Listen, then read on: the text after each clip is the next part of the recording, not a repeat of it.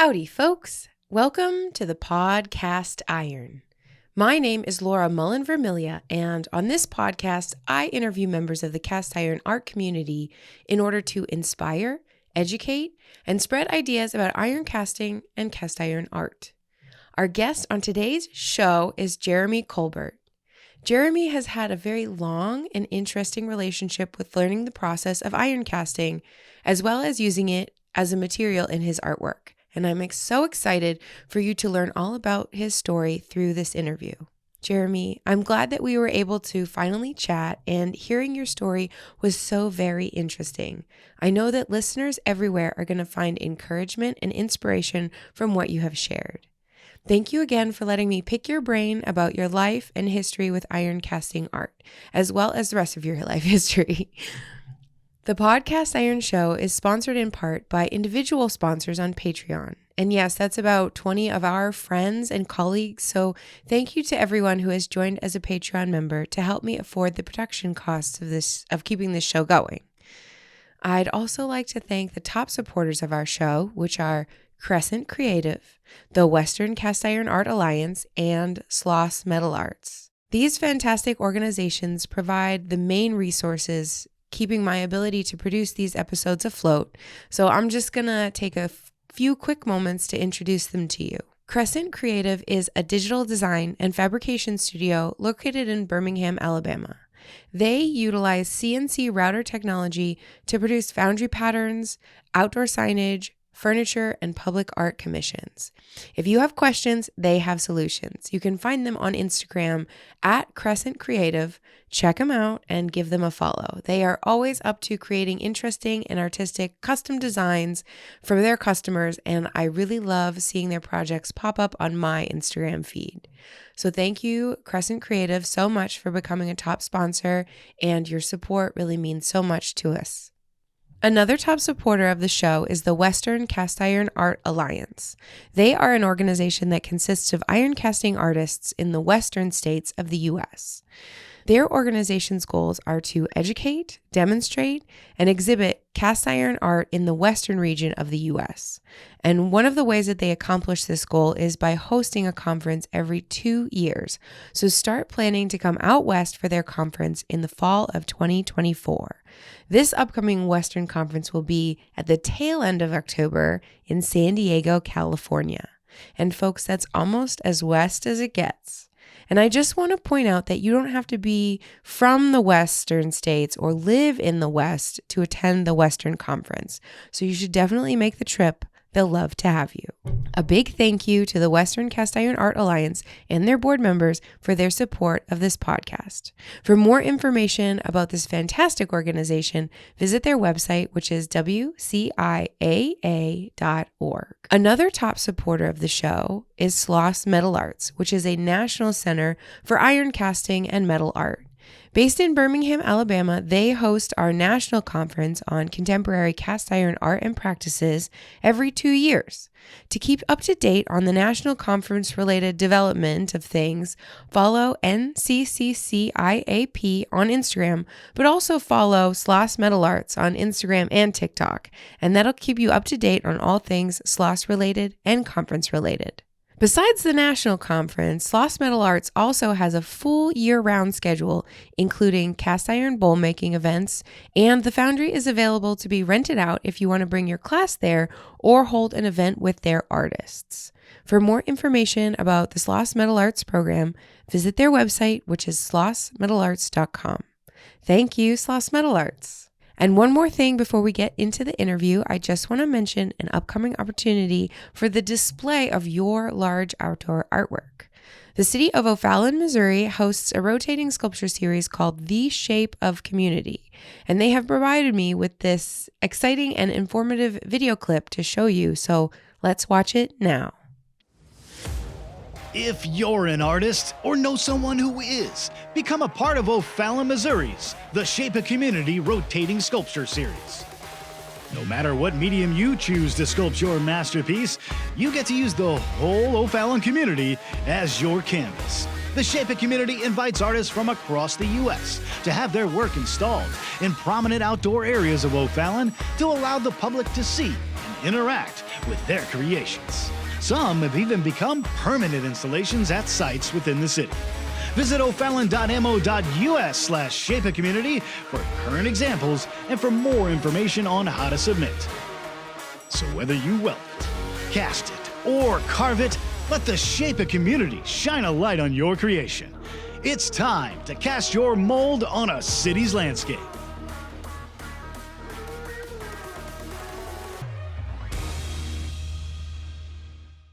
Yes, when you visit their website, you will see that the cast iron art community is very well represented in the group of 10 sculptures presently installed. So you've got a good shot. Presently, we are a little less than 1 year out on the time frame for this call, so they'll be jurying your entries in early March of 2024. Start thinking about what piece from your catalog you want to apply with, or even make a new piece for the deadline. You've got some time left. This is a great outlet for iron casting artists to showcase all the big, heavy metal works we've been casting. So finally, let's get into this conversation. Now, I do have to warn you that this is the first time in a while that we've had some pretty bad internet interruptions and in the connection. So please be understanding as you listen. But otherwise, thank you so much for tuning in today, and please enjoy. Jeremy Colbert, welcome to the show. Thanks so much for being on today. Well, thanks for having me. Well, I'm really excited to have you on the show today because I'm interested to get back to Kentucky. I feel like it is so the very, very first interview that I did was about a year ago, and it was Jim Wade.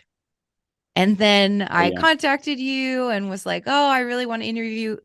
And at that point, I was interviewing a lot of people that I felt comfortable with. And then, we just couldn't ever. We had a ton of stuff going on. I never could get everything lined up to where I'd be able to breathe and soak it all up, Yeah. So it's been a really good year for sure.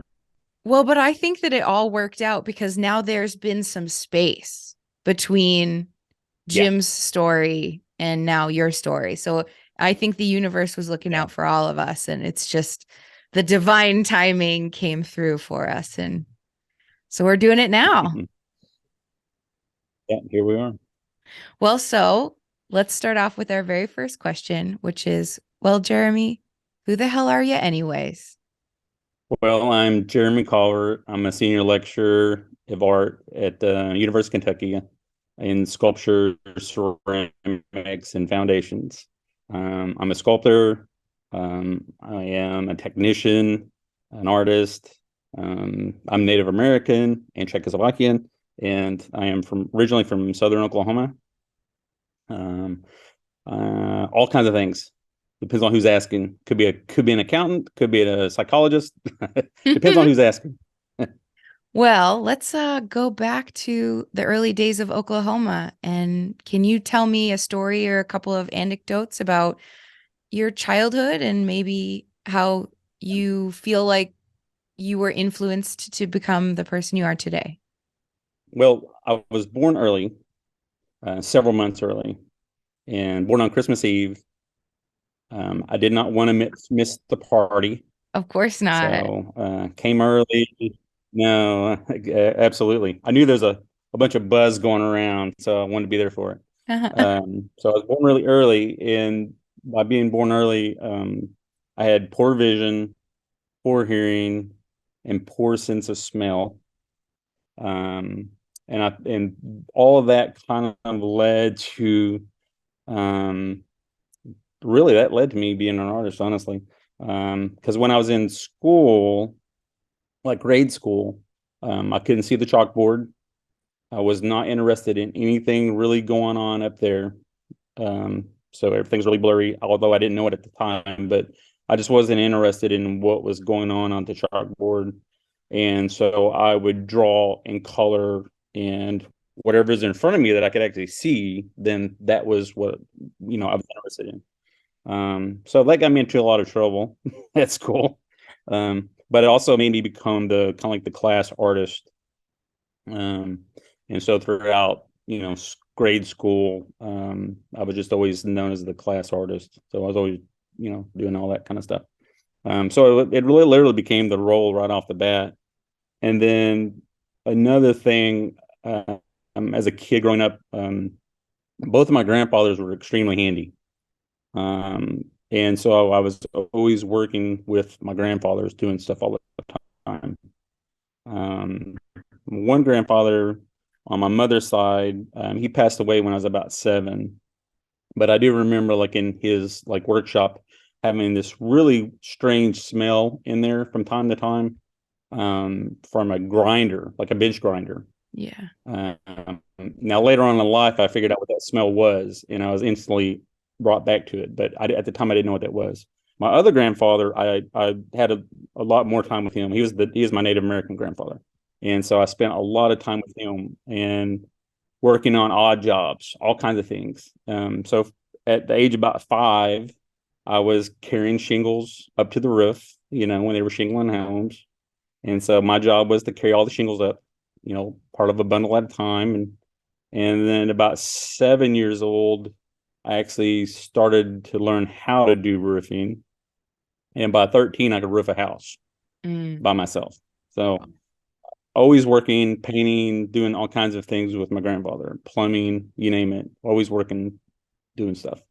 So I think a lot of that had, later on in life, had an important, like, switching of gears in my thinking. Another little story that happened as a kid, a really young kid. I have a very distinct memory of going with my grandmother up to a hospital. And of course, at the time, I didn't know what was going on, but we would go to this hospital and we would sit in the car, and she would always bring something for us to mess around with. And one particular time, she bought some little square cubes of like oil clay, plasticine. Yeah. And so she gave me this plasticine to play with. And so I started modeling and making things in the back of the car. And I very distinctly remember, like, that experience, like, oh, I just love this stuff. This is so cool. This is so awesome. It was later on in life that I discovered that what was going on at that time was that she was actually going up there for treatments for breast cancer. And I had no idea that was going on, or why we kept going up there.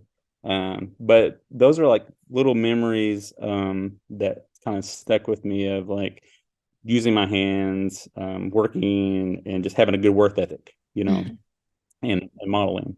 But I was always kind of like the class artist, if you will. And then another thing that was going on too was, I was kind of raised, in this little town, southern Oklahoma, in the heart of the Chickasaw Nation, not far from the capital, the Chickasaw capital. And so I was always raised. I spent a lot of time with my grandparents who told stories all the time. And so I was raised with like this storytelling environment. Could be Native American stories. It could be stories about when they were kids, or just all these stories. And so that kind of stuck with me. Another thing that was going on was, where I came from, there was always old cars and old motorcycles, and people around there were always working on these things and fix them. And so I had a tendency to find myself working on trucks and cars and helping friends as I got older, working on motorcycles and all that kind of stuff, and being around, like, and driving the back roads and seeing old barns and old farming implements and things that are deteriorating, and that kind of thing, which I believe had another huge impact on my taste for things. So a little bit of all of it. Now, in high school, I took a little bit of art, but I didn't take a lot of art. I actually was more into, like, I like doing art. I just wasn't interested in what was going on in art class so much. So I did more like college bound stuff, but I did have an interest in welding. And that came about because we were always wrenching on bicycles. And at one time, I don't know how this come about, but my grandfather, somebody gave him a bunch of bicycles and he showed up with all these things. And me and a few of my buddies decided that we were going to we wanted to make an old school bicycle chopper. And so we started tearing these bikes down and remaking one bike into a chopper that we could all just kind of ride around on town and mess around with. Yeah. The problem was, yeah, it was crazy. But the problem is that we wanted to extend the forks.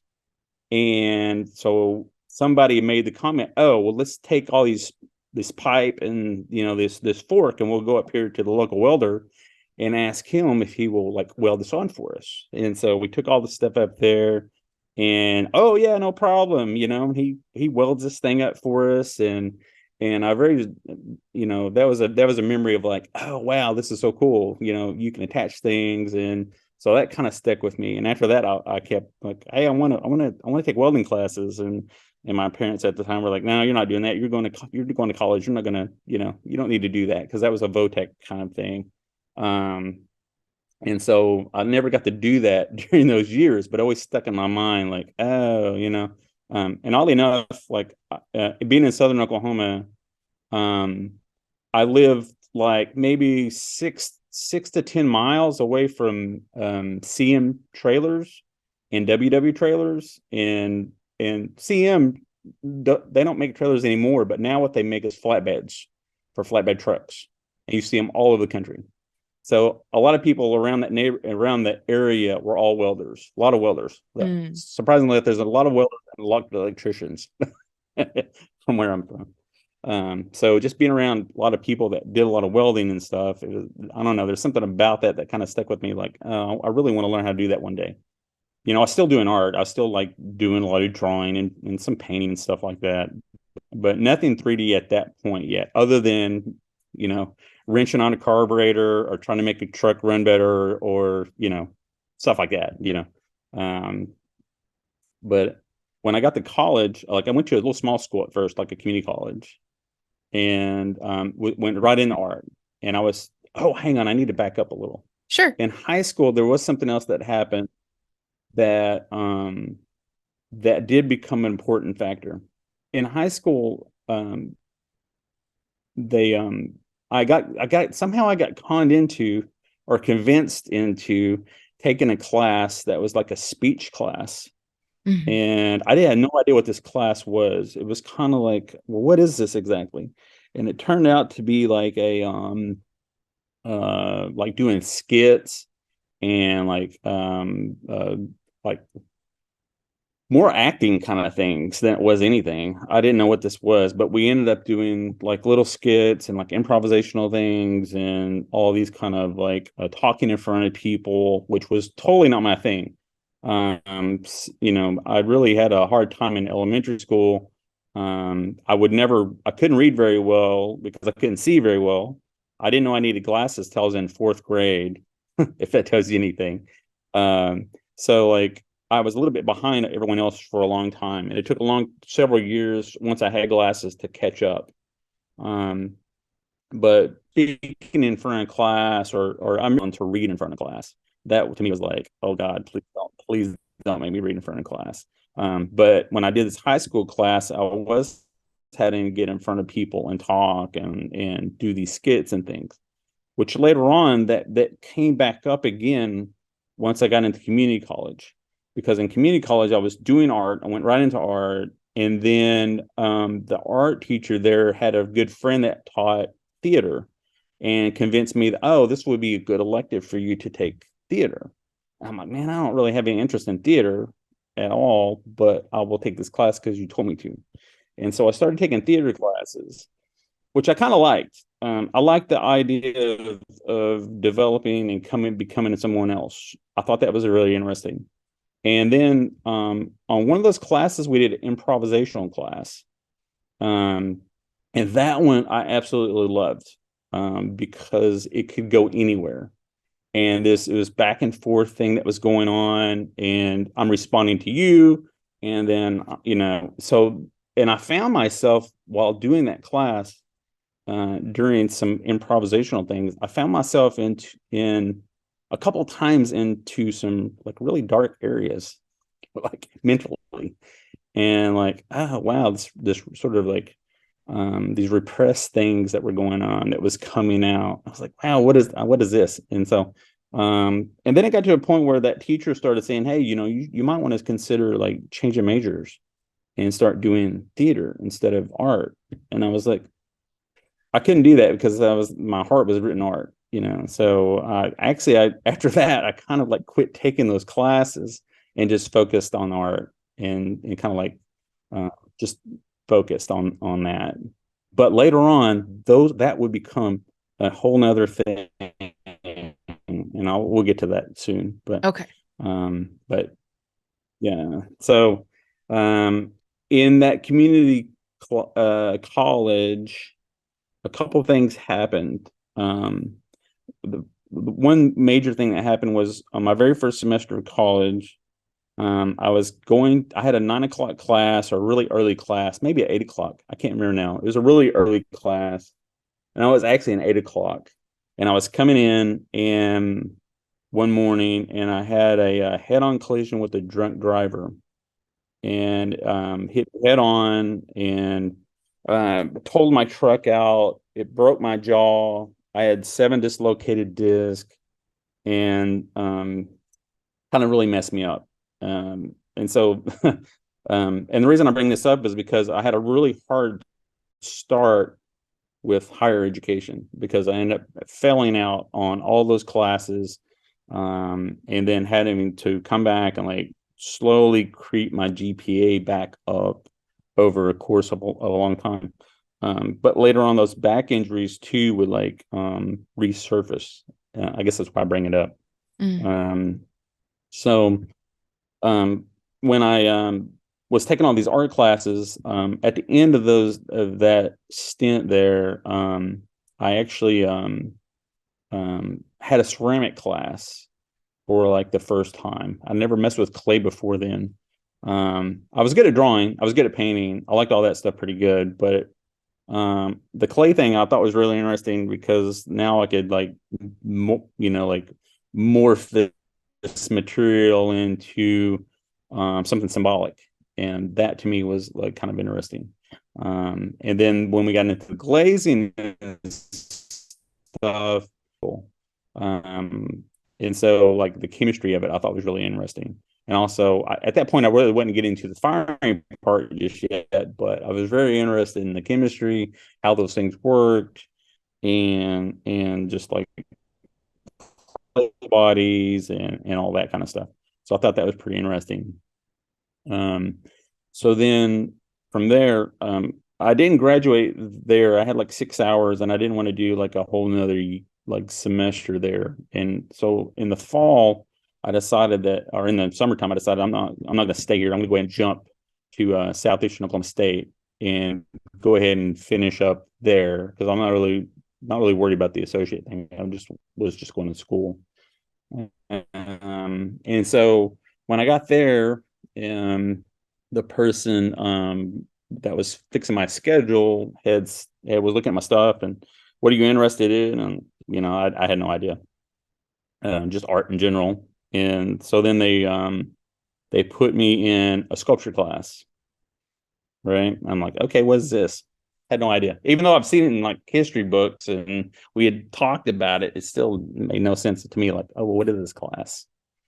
So I'm in this class. It was like, one of my first. This is in just to throw some timelines out there because when I'm listening to some of these things, I'm always like, oh, what year was that? Yeah. So this would be in 96. In 96, I switched schools. And I had this class, and the first person that walked in the door, or actually, I'm probably the one that walked in the door, actually, was Jim Wade. So this was Jim Wade's first semester teaching there. This is my first semester going to school there. I had no idea what the hell was going on. No idea at all, like what this class was going to be about. Knew nothing about anything. So I was green as green could be, even though I've been messing with art and all this stuff. So it was a conversion. The worlds were colliding, if you will. And poor Jim, I feel bad for him. He had a lot to deal with. Here come this Okie coming in, raised noodling, catfish and just as country as all get out. And this Native American boy coming in here, um, ready to do something. So he had a lot to deal with. So we started. I found that class extremely interesting, but I learned a lot, and I knew he knew a lot about all kinds of things. And I was like, man, this guy here is something. This is something I can really get into this, because painting and drawing and all that stuff. I always felt like I had this weird thing about it, like I could do it really well, but I always felt like I was creating an illusion of something, and deep down inside it was like a lie. But when I could make something physical, then it was like, oh, it brought back my grandfather and all that work that I'd done with them. And like, oh, I can use tools now. I can learn. And they had a welder, which I was very interested in, still interested in. So like all these things were like colliding together in my mind about what art could be. And I owed it all to Jim, because Jim was like opening all these little doors for me. Oh, have you thought about this? Have you thought about this? And so we started doing some ceramic stuff. And so I really like that, and it took me years to figure this out, but in ceramics, my ability and my ideas were way better than my knowledge of the material and what that material could do. So I have a very non-traditional ceramic background, which served me well later on. But in the beginning, it was like I had an idea, try something, it wouldn't work. Some things would work, some things wouldn't, so it was like a huge learning curve in that material. And then we started getting into casting.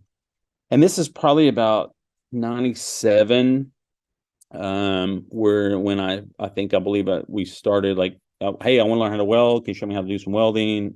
Hey, and then he would show me that, start welding a little bit, and then mostly stick welding. And then the casting thing came about. I had no idea about casting, but Jim came to me. He's like, hey, do you know any place that we can get some sand? I know a great place to go get some sand. And so we loaded up a bunch of like 55-gallon drums and went down to my house, which was just right off the river, which is the Washita River, right? And so we go down the Washita, and it was perfect. It was like, oh, so we started like getting all this like sand, because we were going to and like bury it inside of this sand to keep them for if they were to leak, it would hit that sand and freeze up, right? We weren't going to like use it for like really making molds or anything, but it was just more like a backing. Okay. But while we were down there, we ran into these little veins of natural clay. So once we found the natural veins of clay, we started going ahead and mining a little clay in buckets, and then taking that back and processing it and making like a natural clay body from the Washita. So we had all this material, and we started doing like aluminum investment molds and casting. And I have a picture somewhere of us, me and him in 97, pouring aluminum, I believe, into investment molds inside these 55-gallon drums of this river sand. So we had a lot of fun. We had a lot of fun times. We did bronze. We did some aluminum, quite a bit of aluminum and bronze at that time. And at some point, it started creeping into like 1998. And in 98, he came to me. I don't know I think by this point, like he had this shop. It's actually a really great shop. And I think at this point, like, he invited me to be like a studio mate with him at this time. And so I'd help split the cost and stuff. And so we were working at the shop together and at school together. And so we were doing all kinds of things together, which was great for me because I just watch him work and we could talk about stuff, and he could watch me work and talk about things and like, hey, what are you doing with this? And so it was like a really nice boot camp for sculpture. But in 98, he was like, hey, there's this thing coming up. There's this conference, and do you want to go? And he probably told you this story. I imagine. I can't really remember. I watched that interview a couple times, but I can't remember I exactly. haven't watched it in so long, I don't remember. So you just tell me. So Yeah. yeah. So in '98 was the Mid America Conference at University of Kentucky, and so he invited me to go with him to UK to go to this conference. And this would be it's crazy as crazy as I'll get up because it changed everything. So I come to this conference with him, and I met so many people that throughout the next few years would become important cogs to everything that I was going to be doing. At the time, I did not know this. I was just meeting people and watching, and it was a huge iron pour. So for several days, I was just watching people make molds, making sand molds. The only thing I did was actually do like a scratch block, and that was it. But I watched a lot, and I helped a lot if anybody needed anything, and I talked to a lot of people. Um, so I met all these people. One afternoon, they said, "Oh, we're going to go out back and do a demonstration," and it was like Tom Guy and Tony Higdon. And so I go out back and I'm watching Tony and Tom like do their thing, and I was like, "Oh my God." Before we went, I always knew there was like something missing in my work, but I just didn't know what it was because I was using all kinds of things. I was using wood and castings and ceramics and found materials and all that, but something was just missing.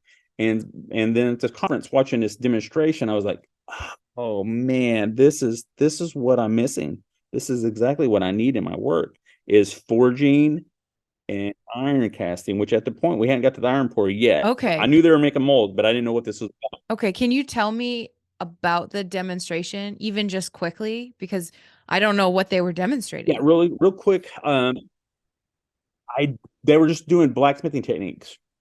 I don't even really remember what they were doing, honestly, because there were so many people like in the way that all I knew was that they were heating metal, they were shaping metal. One thing I do remember is Tom having this hardy that he designed. It was like a really neat cutoff hardy he designed that had a bottom and a top, and it slid, and as you hit the top, it would come down and like shear off the metal.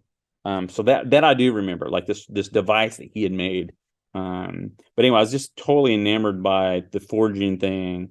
And then, then as the iron pour, we got closer and closer to iron pour, they kept talking about it, but I had no idea what they were talking about.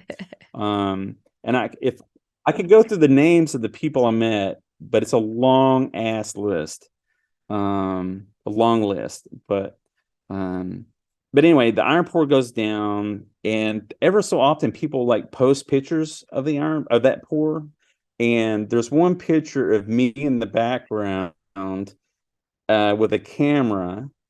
And several years ago, someone posted on Facebook about this picture, and I said, "Well, can you find me in the picture?"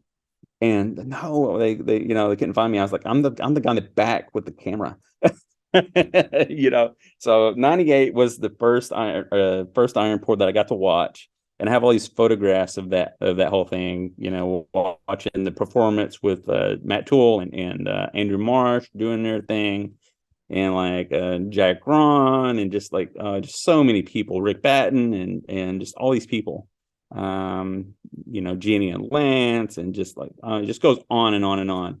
Johnny P. Williams and Nathan Goodson. I mean, it just goes on and on of all these people that I was meeting that later on would become these important like people in my life.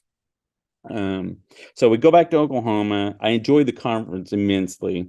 It was such a great thing. And so me and Jim decided we were going to build some forges. And so we did. We built two forges, pretty much almost exactly like. They were a little different, but they were pretty close. And so I had one that I would be able to take with me. He had one that he could have and work with, and started banging on stuff. Started learning, started shaping. Bought this anvil. But we did have a BA program that was probably better than most BFA programs that I've seen because of the people that were in it.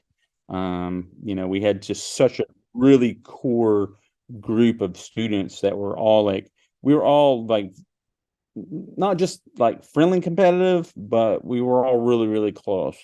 And we worked really hard together. We critiqued really hard.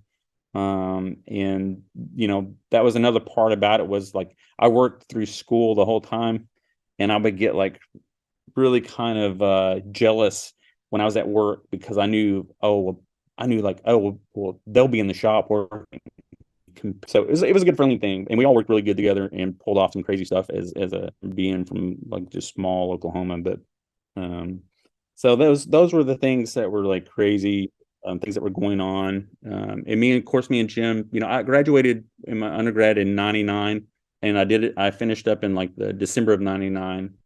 And so we had been talking about grad school, and I've been talking about, okay, I want to go to grad school, and me and Jim talked a lot about different places. And the way my work was going at that time, Jim was like, I really think you should apply to Florida State, because I feel like the way you work and the things that you're interested in, Charles Hook would probably be the really good for you. And I thought, well, okay, I knew nothing about who this person was or anything, but if Jim said it, then it was probably, gold. So I ended up applying there. I applied to a few other schools too.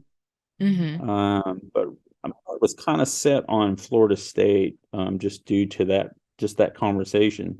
So I graduated. I applied to grad school. Hadn't heard anything back yet, but when I graduated, I got somebody offered me a little job, like working in a gallery, the Van Meter Gallery there in Oklahoma, which was really awesome. I had a good time there. It was a good learning experience. And while I was there, I was trying to drum up some new work from local artists.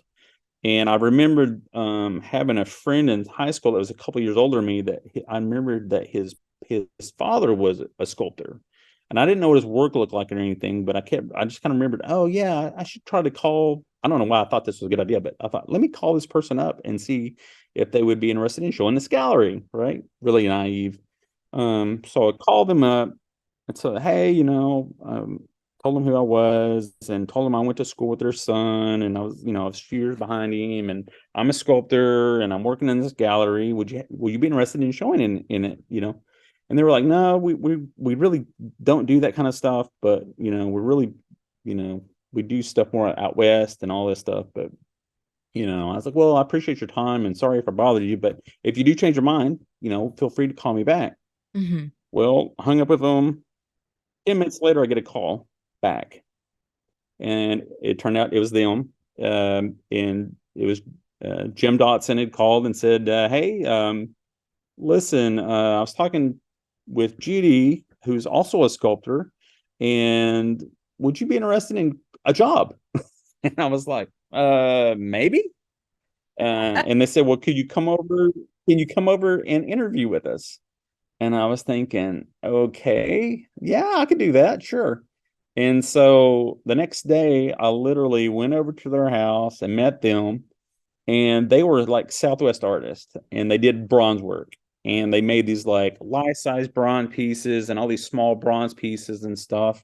And so they hired me to come in and make rubber molds and plastic, like fiberglass backings, and do wax work.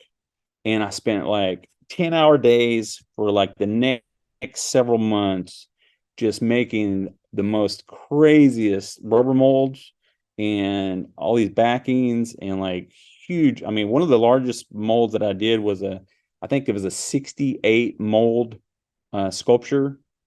And I had to like label everything. It was 68 parts for this sculpture. Yeah, it was insane.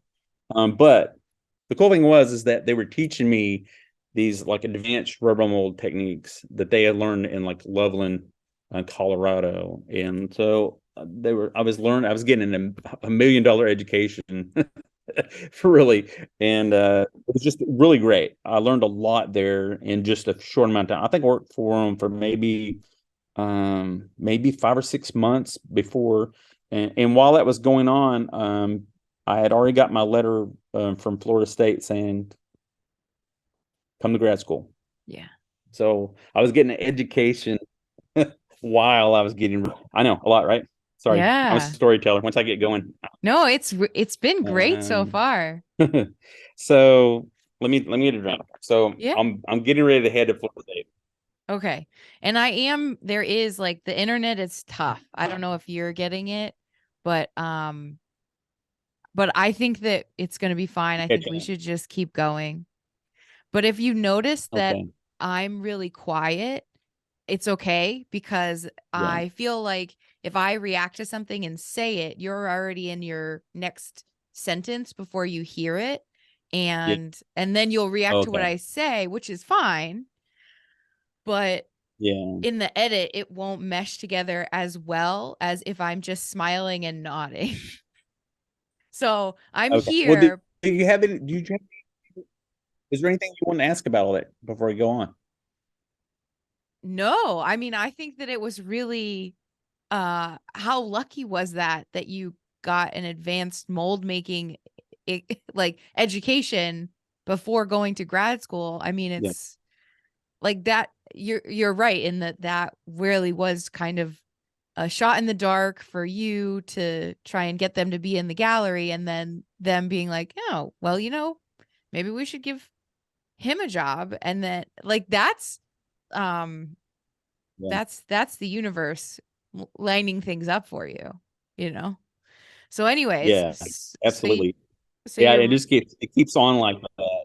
Yeah. and I love it though. And Um, also hearing stories where everything when you look back, you realize that everything was falling into place helps me believe that that is happening as I'm living life because you can't really see yeah. that until afterwards in retrospect. Right. Yeah. I felt like that was the whole time this was going on. Even when like, bad things were going on in my life or like things were happening and one thing would happen that would lead to another thing and then meet someone new or, all these things were just kept colliding the whole time. Um, for me, it just seemed like you And know, probably still uh, today. oh yeah, absolutely. It's insane sort of on some of it.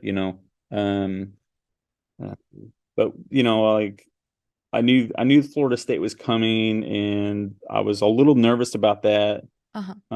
I did take one little road trip out there in hopes to like meet Charles and see the place, and then I got out there, and this was before the internet really was much of a thing, and like so I get out there and just kind of they were like, oh well, you need to go out to Railroad Square and check that out, and then go out to Appleyard and look at the studio spaces for the masters and stuff.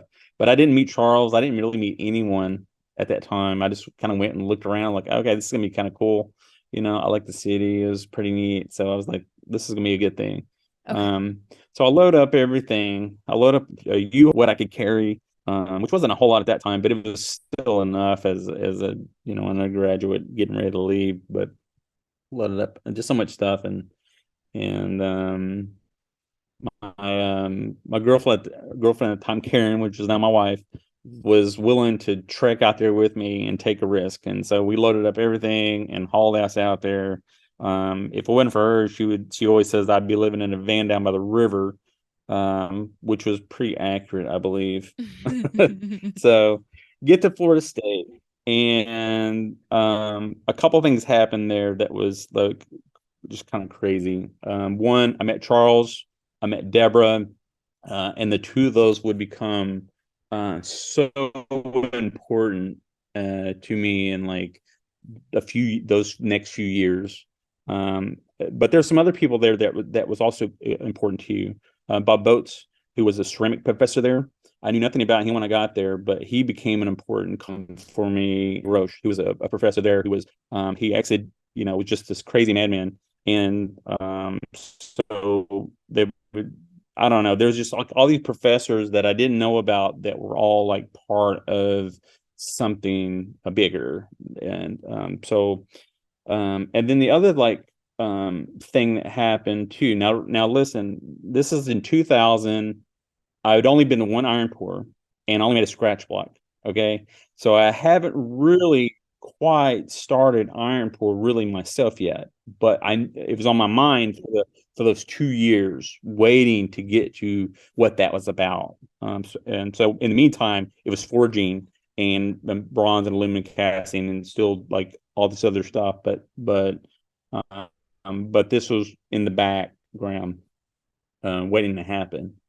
And the other thing that happened in 2000, in the fall of 2000, I'm arriving for my master's, and also John Rollerson had taken the tech job there at Florida State, and he was just coming off of Georgia, a UGA, where he had been up there with Born Corsi, helping them with iron. Yeah. So there's that missing like cog there where John Rollerson's coming in.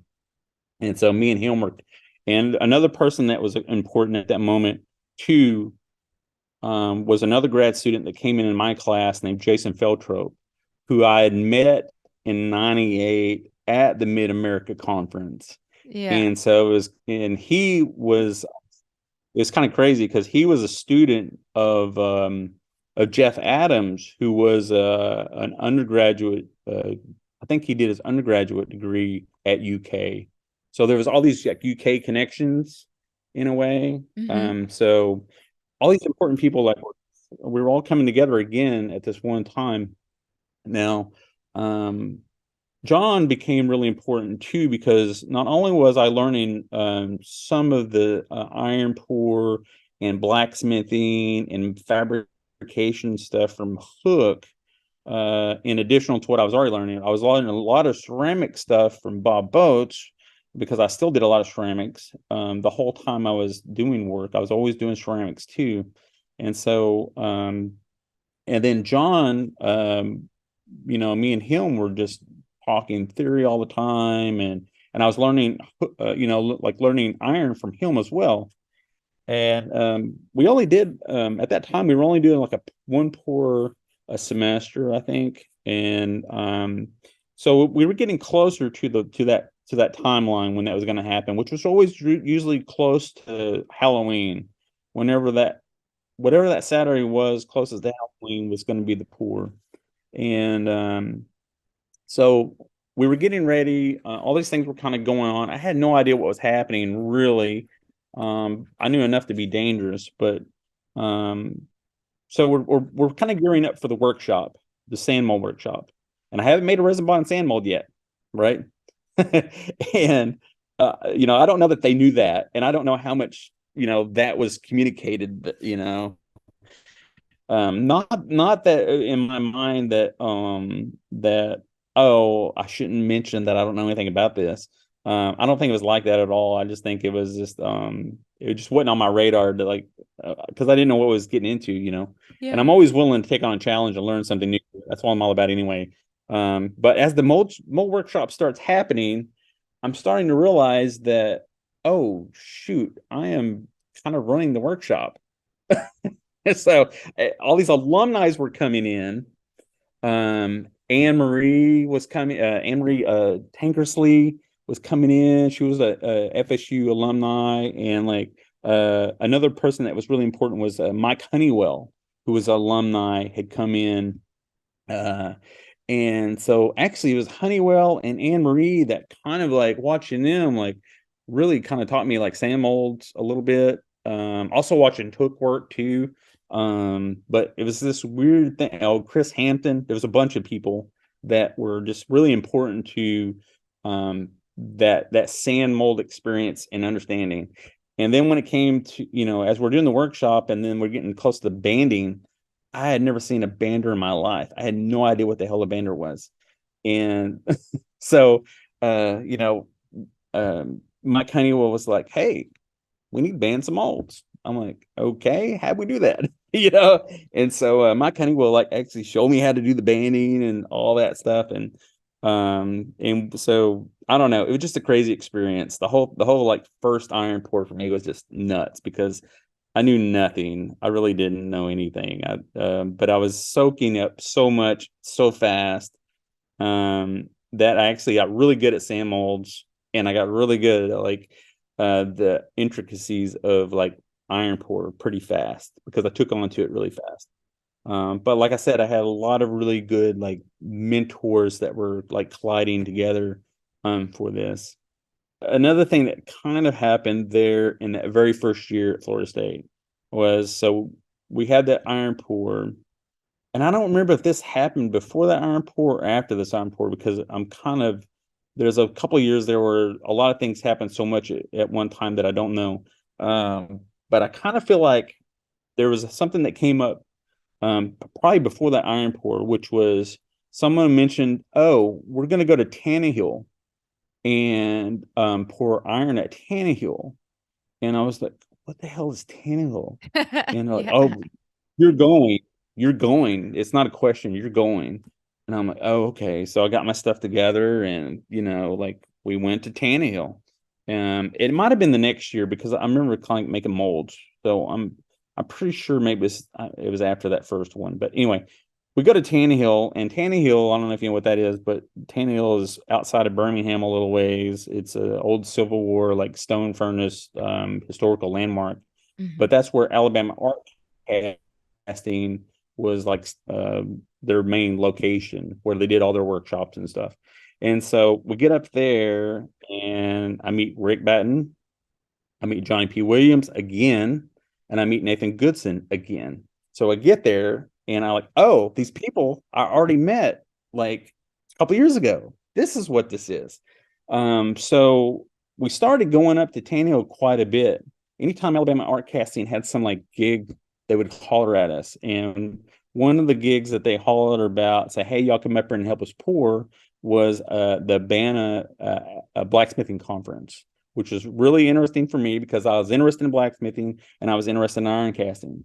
And so we haul up there. And so the whole time I'm like studying like Batten, watching Batten, asking questions from Batten, Johnny P. Williams, and Goodson. And I'm like soaking those guys up and learning, getting a whole nother secondary like education and iron from those guys.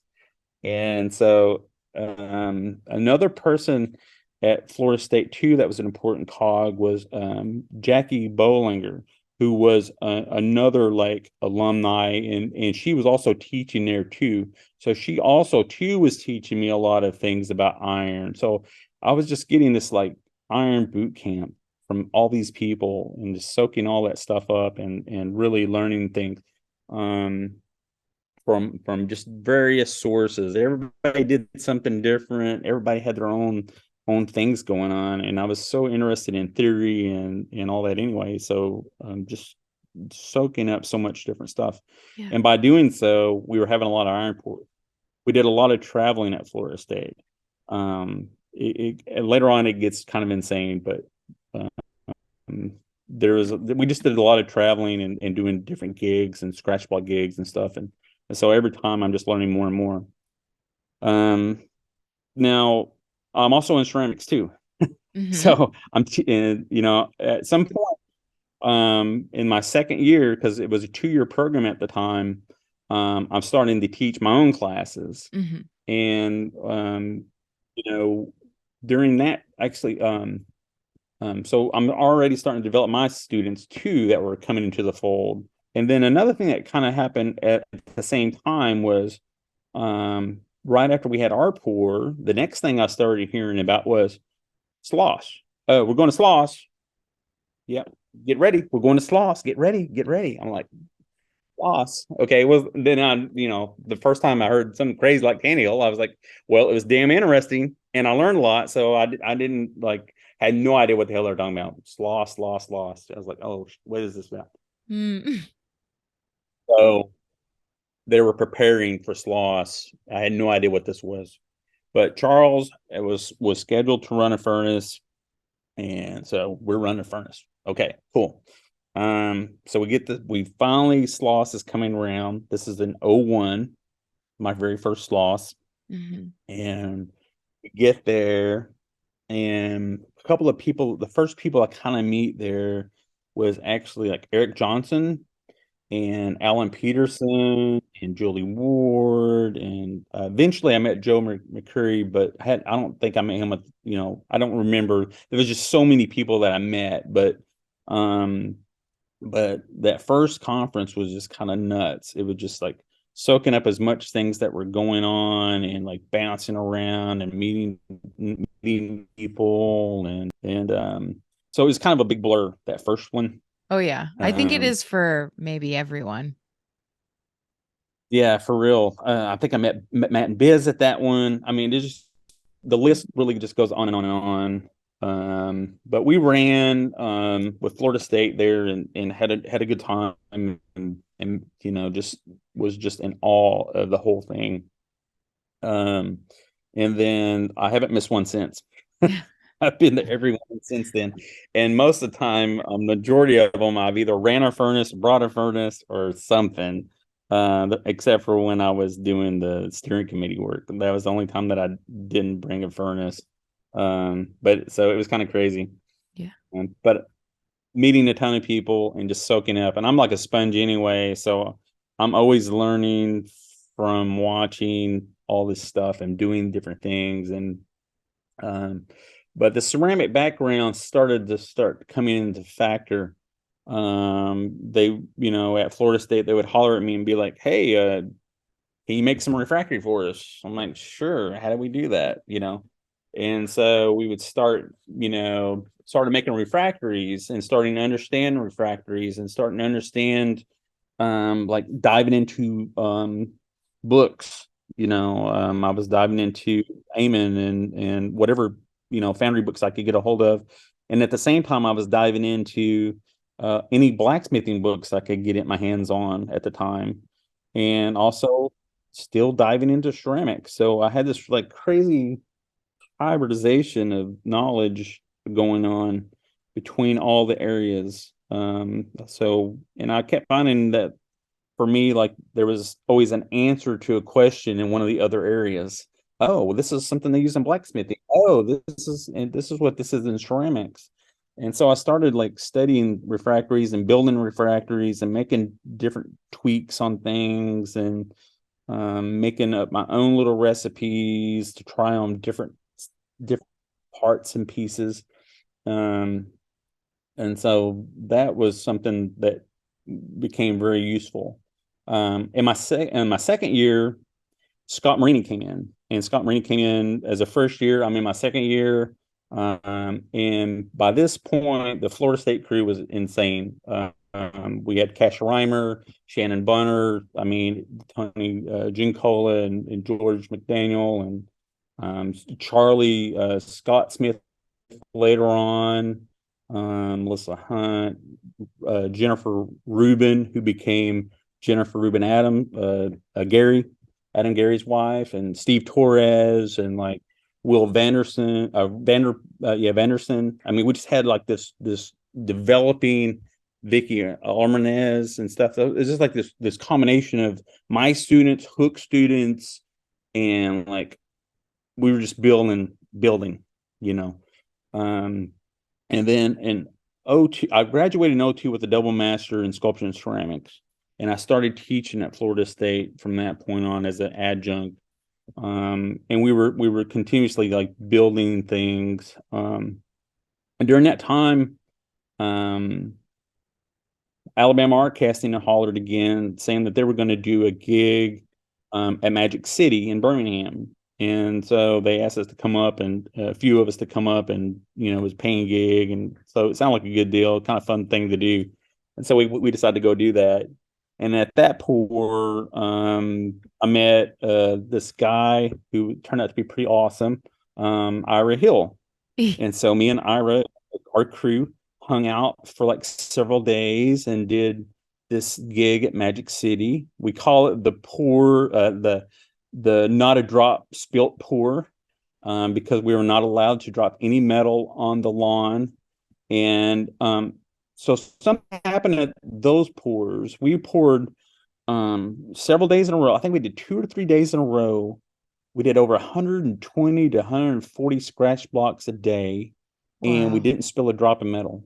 And during those pours, what happened was, and prior to that, like in the pours I've been in, it'd been mostly you had a job, maybe you did a couple of jobs, Yeah. but you kind of just did a few jobs, and that was what you did. You learned jobs. But in this pour, something happened in the middle of this pour where it was not talked about. We didn't discuss this, but all of a sudden we just started moving around and morphing into different positions. And during that pour, everybody did everything. I ran the furnace, I got the poke tweers, I was on a skimmer, I was driving, or I was dead end. And, like we were just morphing around because we were all so tired from pouring that many scratch blocks that you just, had to switch around. And we also could not drop any metal. So it was this crazy thing that happened that stuck in my head about this like movement that was occurring in the dance. And that would come back up later on. So, you know, so FSU, back to FSU, we had this crew building, and then I want to say in like 02, 03 is when Ira Hill came in, Andy Light, Adam Gary, Kate Nisa. Then later on, just a little bit behind it was Phil Gleason, I think, and Jeff Crawford. So this like major dynamic thing was starting to build in a big way, because some of those other students had already graduated and left, but we still had Steve Torres, and we still had Charles, Scott Smith, and Kesha Reimer, and there was still like a core of these people, students that were building along with us. Mm-hmm. And at one point, the concept came up that we're only doing a pour or two a semester, and we all need more iron, and we were traveling to get it, but we need it at home so we could learn it better. So somebody, I don't remember how this came about. It came up that we need to build a furnace for the MFA. And it came to me to like, who's going to go ask Charles for permission to do this? And so I was like, I'll do it. And so I went to Charles and said, hung out. I didn't, the thing about Charles was this. I knew that going to ask Charles a question was very interesting to me at first. I would go ask Charles like a complicated or technical question. Hey, Charles, but what about blah, blah, blah, blah, blah.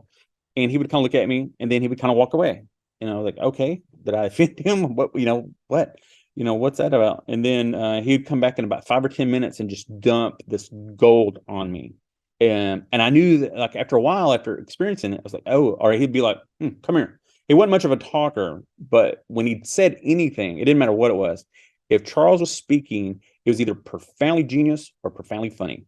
And you wanted to listen. You wanted to soak up. He just had this presence that you just wanted to soak up anything and everything or essence of Charles, because it was always just beautiful. Whatever it's going to be was going to be, something that you wanted to hear. And so, I had these moments of like, Charles, and asking Charles like questions and getting these really interesting responses, and it would always be just golden.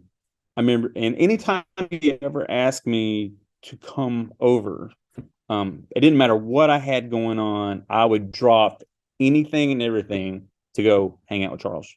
And every so often he'd be like, "Yeah, you want to come over tonight?" Fuck yeah, hell yeah, we're coming over.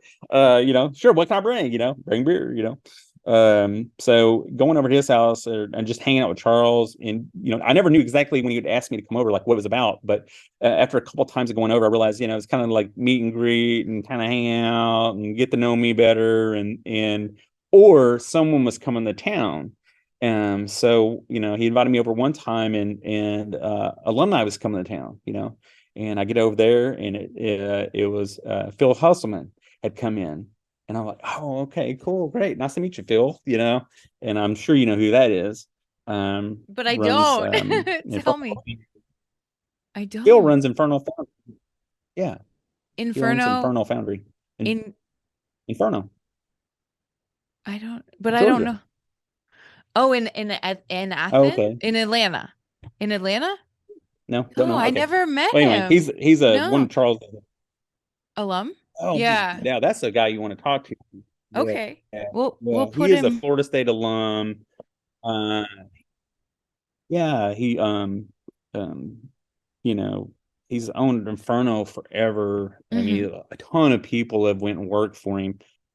But yeah, he was an old FSU alumni, and so Okay. he came to town and like go over there and suck up time with him, or Batten would come into town and go over and hang out with him. I mean, you just never know, like what was going on. But anyway, so one time I'm at Charles's house, and we're talking about old cars because I love old cars, and so he loves old cars, and he was telling me about all of his old cars, and he was like going through the list of all these old cars and telling me these stories about his old cars and stuff, which I have some very insane stories that he would tell me, but and I was like, oh man, I would love to see that.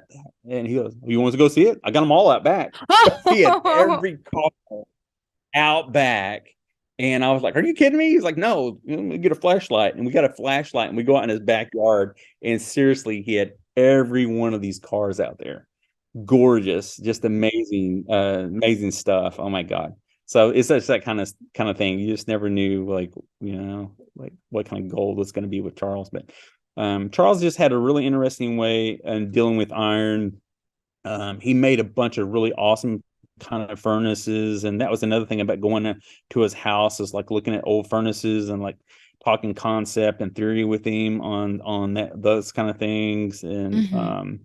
And honestly, one of the furnaces that I was most impressed with that he made, I don't think it ever got finished. It was his last one he was working on, and it was a really, really interesting concept and beautiful looking furnace, but I don't think it ever got finished. And the suitcase furnace is one of my, also another favorite too. But he just had a ton of furnaces, and loved to talk theory about it. And so yeah, just and Charles was just a really amazing mentor. But so the back to the story of they made a furnace. They're like, gotta go talk to Charles and see if he'll allow us to build a furnace. Hmm. And so I go to Charles' house and told him, hey, listen, with permission, we would like to build a small, like 15-inch furnace for over there for us to practice on and learn on. And Charles was like, that'd be good. you know, and Deborah was like, I don't think so. You're going to get Charles in trouble and stuff. And Charles was like, nah, I've trained these guys good enough. They're good. They're all right. They get it. They got Yeah. this. And like, y'all better get this then. So, and Deborah, we will do you right. I promise. And just allow us to do this, and we will not let you down. Hmm. And so we were good. But a bunch of us came together and built this furnace over spring break. And it was made out of a water heater tank Yeah. and whatever parts we could get, right? Whatever scraps we could put together. We built this thing in like 4 or 5 days. Wow. And back then, we had a log book, and we were taught to have a log book. Deborah was notorious for her logs, and she would just, taught us that logging your runs was really important because you can learn about it. Hmm. And I got away from that practice, but I wish I hadn't. I need to get back into the thing about logging those runs. The problem is that you have to have somebody that you can designate to that, Yeah. and a lot of times people don't see the person writing the whole time. And so that is where the problem kind of gets. But with that furnace, we built this thing in basically a few days, and ran it, and we logged every run, and that thing lasted for 4 years, and we ran 17,000 pounds of iron through it in 4 years.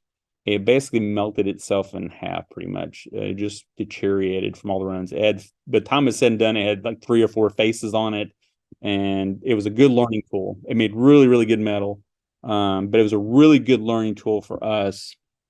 And so that was like in 03. I think we built it in 03. And then so like going back to like and later on we'll talk about what, maybe if you want, one of my favorite pours involves that furnace. Okay. But we're gonna go on past that though.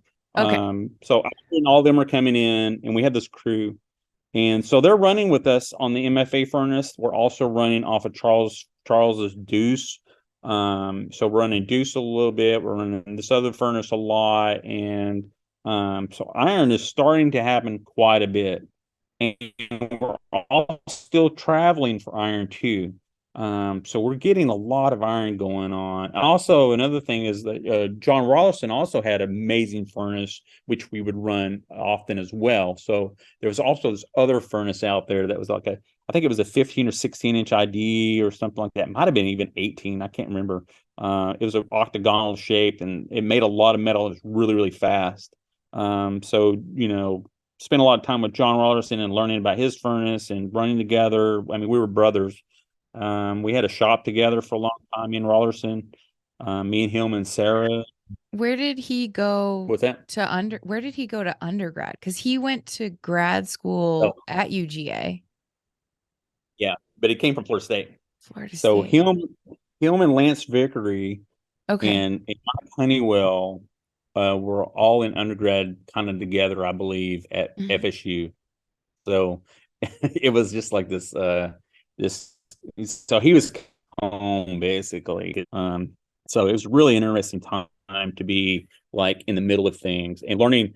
Another thing or two about FSU too, and as someone that was there from like 2000 to 06, the alumni.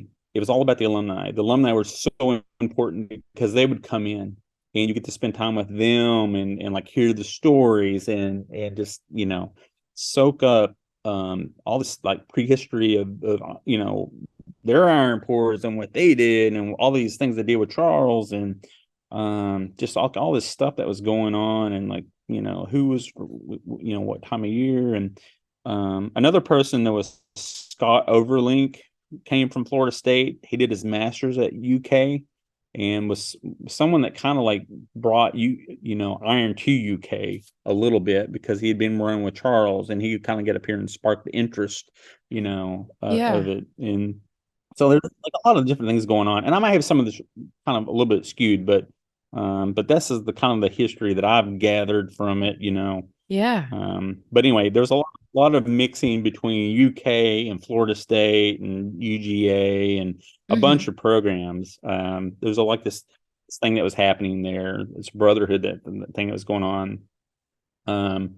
But it became a tribe. I felt like it was, I was from this tribe. Yeah. And but anyway, all these guys came in 05. Ira Hill's brainchild was, we need to build 2.4. And so all these people, Andy Light and Adam Gary and Kate and Phil and Jeff Crawford, became this driving force of, around here at Florida, you can't get radiators. We could get black pipe and we could get tubs and sinks and stuff, but really it was really hard to get metal. And the main thing that you could get was brake rotors. Yeah. But brake rotors were really that great for our furnaces. They were really hard to break, and you couldn't break them down small enough for these furnaces. And so I was thinking, and so once again, we go to Charles, get permission. Hey, we want to build this thing, and get permission from him and start to build 2.4 together. And it was all of us came together, all the undergrads, all the grads came together. And of course, I was teaching as an adjunct at that point. And so we and Rollerson and all of us just kind of came together and put this furnace together. And then it started to just take a whole new level of craziness. Steve Torres also at that time built his furnace. Go ahead. Is this one the one that had the gantry off the front of it? Do you know what I'm talking about? Yeah. It's Yeah. that one? Yeah. Okay. Oh, yeah. All Yeah. The right. first iteration of it had, the first one we built had an I-beam on the front Uh, and these casters that could swing. And it was meant to be like a transfer device. uh-huh. So you could tap into a bull ladle and pull it off. At that point, just because we didn't have, at that point, we really didn't have a gantry and any kind of system or Mhm. any of that material yet to do that. Yeah. But we did have a little bit of a beam. Could do that, and Yeah. so that was our kind of like answer to the problem. Let's make a transfer device to get these things in the hand ladle and pour off into them. Yeah. Because 2.4 makes a lot of metal. Yeah, so 2.4 is coming together. We're beginning to at this point there was a time where um there was one semester where between all the pours that we were doing and all the traveling we were doing, there was a time that I think there was a moment where we did like I think it was like 16 iron pours in a semester or something like that. It just kind of was out of hand. There was one week for sure that I know we had 4 iron pours in one week. I know that for a fact. There was this Whoa. one week that we just it was I don't know why, but things were just everybody needed something, and we ended up running like 4 times in a week. And so the cool thing about it was about setting up at the MFA versus going to Railroad Square, which is where Charles liked to do his pours was at Railroad Square. We had to like load everything, take it out there, set it up, do the run, clean up, load up, and put it back. Yeah. And so it was kind of a little bit of a time consumption in there that was going on, but we still did them.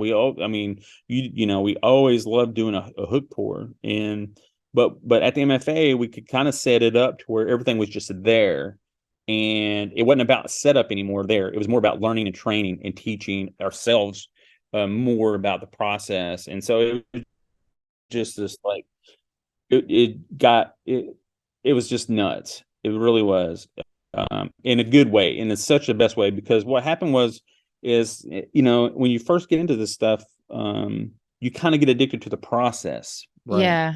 But after a while of doing it long enough, the process kind of goes away, and then it becomes about what's in the mold, and that's what was happening. We were getting more addicted to what was in the mold or what was coming out of the mold and about the art than it was about the process at that point. And someone had come out to one of our pours where we were running actually the MFA furnace this time, and we weren't running 2.4, but we run MFA furnace on one of these rigs. And it was in the middle of the night. We're running, and someone had come out there to watch us run, and they were amazed that we did an entire pour and hardly anybody even said a word. Everybody just it was like a ballet, a dance, and everybody just knew and ebb and flowed and just like we hardly ever said anything. It was all intuitive. And so back to Scott Marini just for a minute. So me and Scott ran a lot of furnaces together, and we kind of ended up becoming like the operators a lot on a lot of different runs. And the cool thing about running with Scott was anytime I held my hand out, the right tool would be in my hand for him. If his hand came out, I would hand him the right tool, or he would hand me the right tool, or whatever it was. And we never even talked about anything. It was just like just the way things were. We just intuitive. We just knew, and so he'll come up again in some more stories here in a little bit. But me and Scott ran a lot of things together along with this thing, with this FESU crew that was developing and stuff. But it really was an interesting time. And then in '06, I got offered a job at South Alabama, University of South Alabama, and they want an iron program there, and they got my name through the grapevine. It's kind of late, but they were asking around for someone that could come over and start an iron program.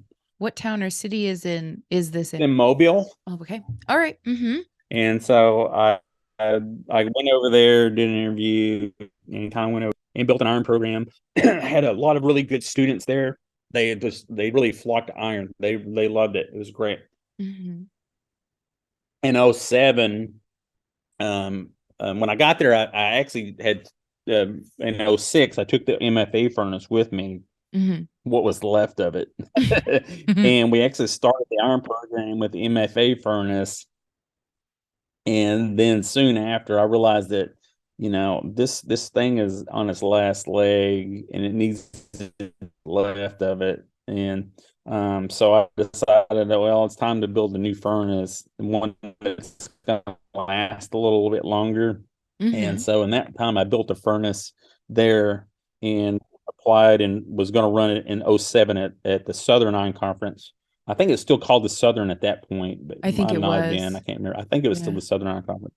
Yeah. So in '07, I took my South Alabama crew with me, and we took that furnace and ran for that conference. And at this point, Charles had already passed, I believe, because oh no, what maybe not, maybe no, hang on, he might not have passed just yet, but I knew by the name, we did a memorial poll for him and all the FSU alum that came back, and it was kind of a big deal. This is where I got to meet a lot of older alums. And then in '08, a job came open here at UK, and it was a tech position. It's called the facility specialist job. And I was always kind of a techie person anyway. I like building things, I like fixing things, I like tearing stuff apart and rebuilding it. I've always been kind of a geek that way. And so this job came open and applied for it, and ended up getting it. So I come here in fall of '08 as a facility specialist, working with Gary Bibbs and Jim Wade, Mm-hmm. and then meeting a whole new set of alumni. Some I already kind of knew, but didn't like quite know, like I would eventually get to know them. But a whole new tribe. I was changing tribes, and that was harder than you think. At least for me, it was a little bit hard at first, but I was always part of this, like part of this tribe, Mm-hmm. Yeah. and now I'm this tribe. So there was these kind of moments there where okay, growing is not really growing pains, but try to get a new understanding about things. Um, so Rick Batten was also a Florida State alumni. He'd studied with Charles, and so we both had like this common ground there, but everything else outside of that was completely different. Mm-hmm. So coming here and meeting all these new people like Luke Ochterberg and Marsh and Massey and Nate Hensley, and just a ton of alumni and different people coming in, and for these pours. Another thing that was going on at that same time, this very same semester I came in as the tech, Mel Van Zant and Nathan Hatch both came in as their first year MFA students. And then the next year, Waylon Bigsby came in. And at the time when I came in, James Vanderpool was here as an undergraduate, Will Dordine, Emma Hensley. I mean, there was like already like this growing core of BFA students and these MFA students. So the collision was happening again, as I'm walking in the door. Yeah. So it was a really interesting experience there. And I think at this time, not soon after that, who we haven't talked a whole lot about, was Andy Light, was at Florida State with us down there, and was a really important cog to a lot of things that were going on there. He actually was on his way to John Henry's and about to be up here back at UK. Well, not at UK, but back in Lexington again, doing his thing. And so he was around a lot. And so more things were, and then Adam Gary would come and go, like he would come in and this and that. And so we would see him some, and I don't know, it was just this a combination of things that were colliding together.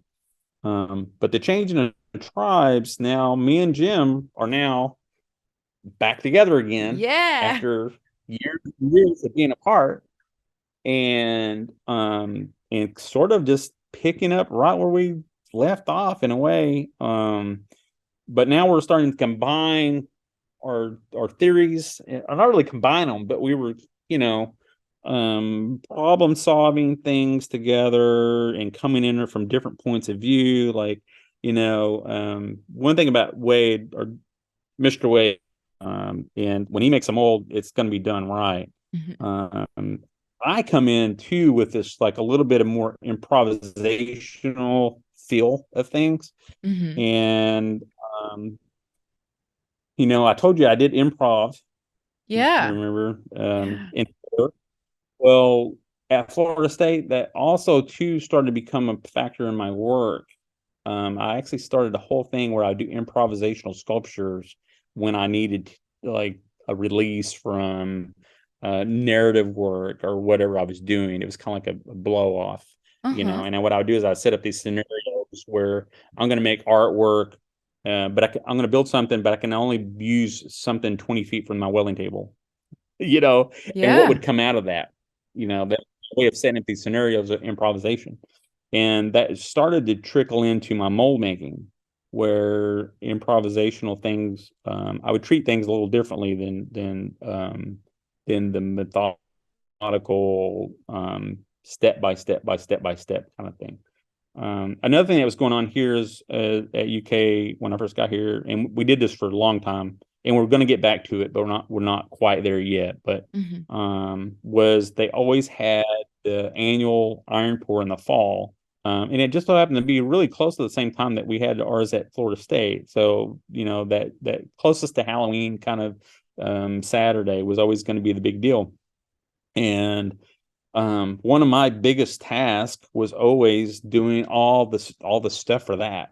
It would take me months of ordering supplies and like getting things set up for that event and getting the shop looking good and ready for the customers, I call them. Yeah. Because we'd have people and alumni coming in from all over the country. We averaged probably, I think most of them, we averaged about 8 different states. Usually multiple universities would come in, and then all the alums, a lot of alumni would come in.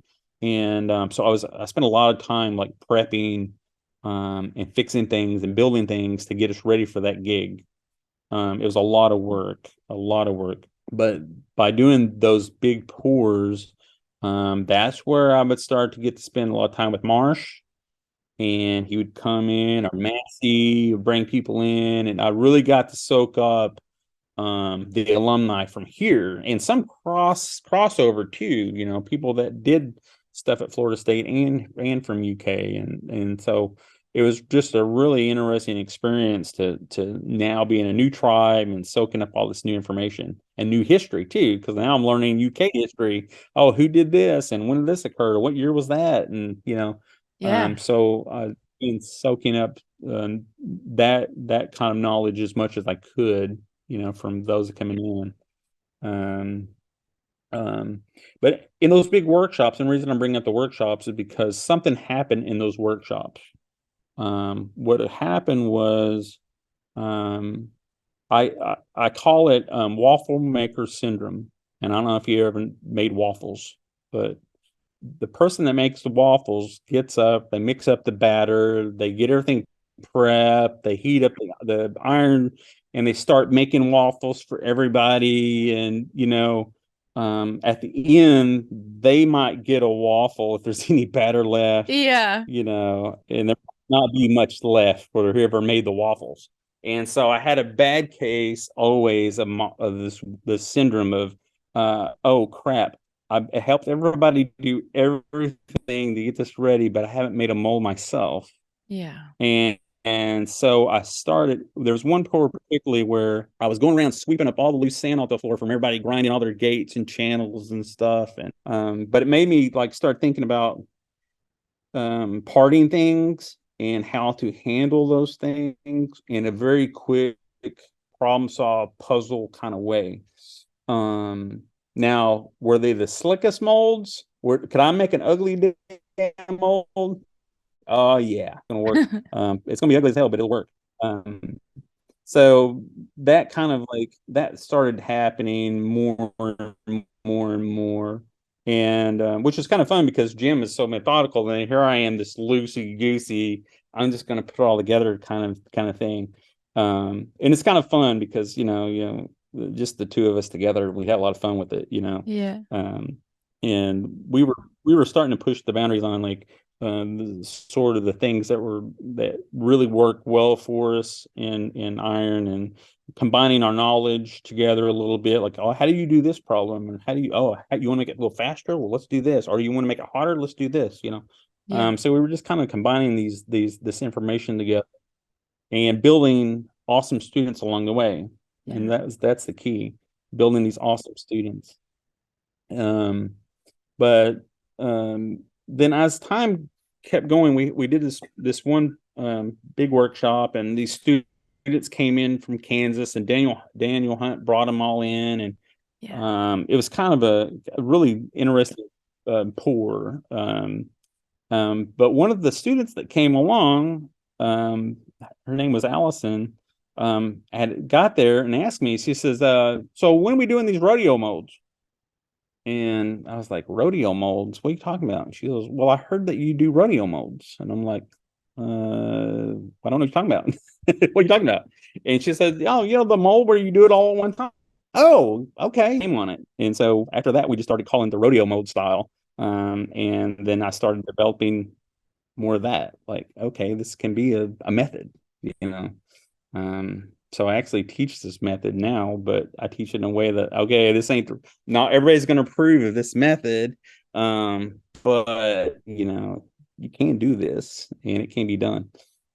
But she was actually the one that coined the term for the mold making, rodeo mold. So, but Can you describe the rodeo mold making process the a rodeo little mold? bit? Yeah.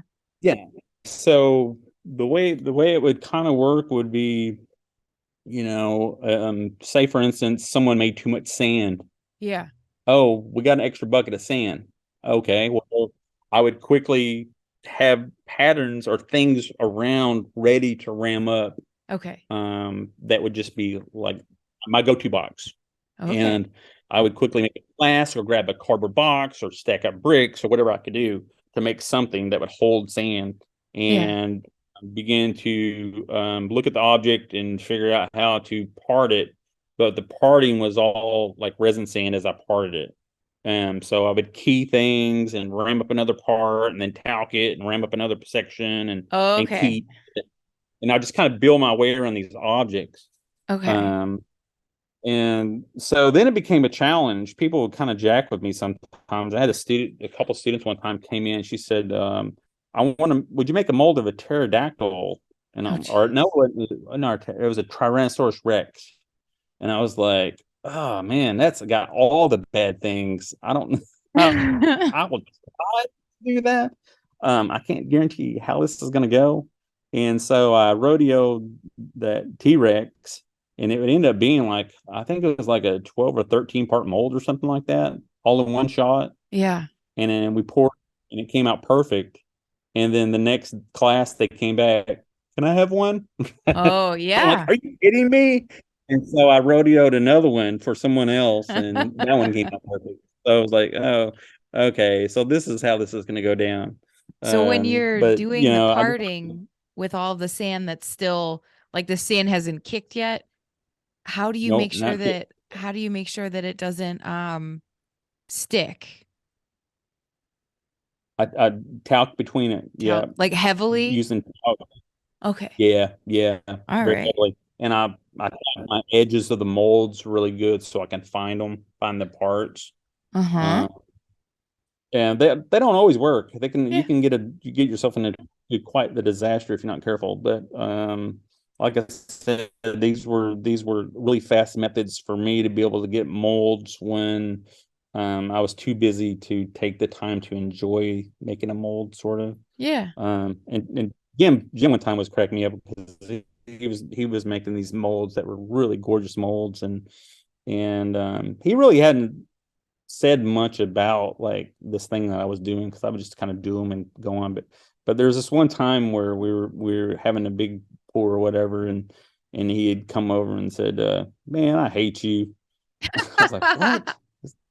Man, I hate you. It's like, you come over here and ram up something in 20 minutes. It takes me 2 days. I'm like, but it's just he just give me hell, Yeah. give me props for that being fun, that kind of thing. And like doing things on the fly. And another person that liked it a lot was actually an old Kirby.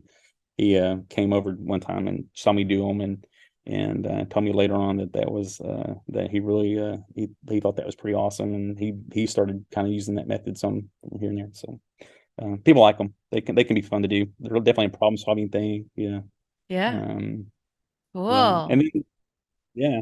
So then later on at UK, we had some more come in, like Caleb Williams and Delaney Ball, and just a bunch of more students that we continued to do student furnaces with, and continued to kind of home in on things. And you know one thing you had on here, I think it was Biz that was talking about this, that I really, she said something that kind of sparked with me, which was, you start off and you don't have any confidence, and then you learn confidence and you build confidence. And then at some point, there are these, like, if you do it long enough, there's going to be these moments of sort of insecurity in it. And then eventually you get through that and get your confidence back. And I think that's pretty true. I would, one thing that always kind of stuck with me was like listening to Tom Geip, or George Beasley, or Wayne Protraz, or Ken Payne, or any of those guys that have been doing it for a long time. They'll tell you that you do this long enough, you're going to learn something from every pour. You're gonna make mistakes. You're gonna learn from those mistakes, and I think that really holds true. The more you do them, things do happen. You do learn from it, and you got to respond. I always say that there's those who run away from a problem, and there's those that run towards the problem. Yeah. And I find that to be the case where, so. Me and Jim, we had a lot of really good things going on, and we had it down pretty good, and we were making really good metal. And then at some point, it was time for him to take off and sort of not really lead me to it. And he kind of felt bad. He's like, "Man, I don't want to leave you with this," and I'm like, "Dude, it's gonna be fine. You're still gonna be here. You're gonna be around. We'll still make it work." But it wasn't my first rodeo to be like on a solo mission. Yeah. I was, by myself, and built a program there, and people would come in and help me and stuff, and all that. But it wasn't, Bibbs is here, and he's an amazing mentor, in a lot of ways. And he does a lot of casting, but he's not really a metal caster. He's more of a fabricator.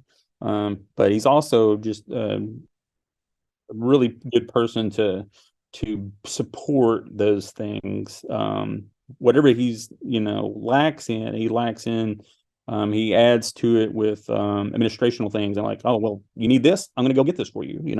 "Oh, you need more metal, I can find this metal. You need this, I'll get it." So it's kind of really good for all, being a great mentor and support here. But with that moment of Jim leaving and me trying to figure out, iron pours and like how this was going to work, and we had a lot of renovational things happen next to us in the building next to us, which caused us to get kicked out of our casting spaces. We weren't able to do what we were normally doing in the way that we were doing it. And so that started to become a problem. Now, one thing I need to kind of back up and talk about a little bit was at several years ago at FSU, things were, kind of changing down there. And they had 2.4, but 2.4 was no longer being used, and it needed to go somewhere else. Mm-hmm. And so they kind of put a call out for, hey, who wants 2.4? And so I responded, because here we were running Fifi, which was an 18-inch Jim's furnace, which is a great running furnace. We had my furnace, which I brought from South Al with me, which is, I actually modified it to be a 17-inch at one point. It was a 15 and went to 17 or whatever. And so we had those furnaces. They were good running furnaces, but, we were also kind of having growing pains with the amount of people that we had and the amount of like what they wanted to do. So our pours were really long. I mean, we were running, killing us. I was like, if you're running any more than 4 or 5 hours, you're running the wrong piece of equipment. Yeah. So when 2.4 came open, I was like, hey, I will come get 2.4 if y'all are willing to get rid of it. And so they said they'd give it to me. So I went down, traveled down, went to Florida State, and Rarlison, and a bunch of them helped me get 2.4 on the trailer and hauled that sucker home. And they gave me that, and they gave me a bull ladle. And while we were loading that thing up, I said, hey, I noticed that, there was a casting on the front of this thing that Charles Hook made. Where's the casting? Yeah. Because it wasn't on the furnace anymore. And I was like, I don't really want to leave without that casting. That was one of the main reasons why, not only was the rig important, but the casting was important. And they were like, I don't know what happened to it. And I thought, well, maybe someone stopped. And they said, no, it'd been on there. No one took it. And so we started digging in the rubble where the furnace sat, and down underneath, I don't know how many, maybe a foot of sand and coke and drop bottom material. Yeah. All of a sudden, this casting emerged that Hook had made. And I was like, oh, that is coming home with me. So I actually got the Hook casting that was on the front of 2.4. And so they're all intact. I was so happy to get that. But brought 2.4 up here, and that's when things started to change. We went big for a little while, and we are now again back big again. But we set up 2.4, built new charge stands and built a gantry system, and just started modifying around what 2.4 could do. And then that began to bring in, not only that, but bring in big molds. You get Marsh and say, hey, we can make some big metal. Marsh is going to make some big molds.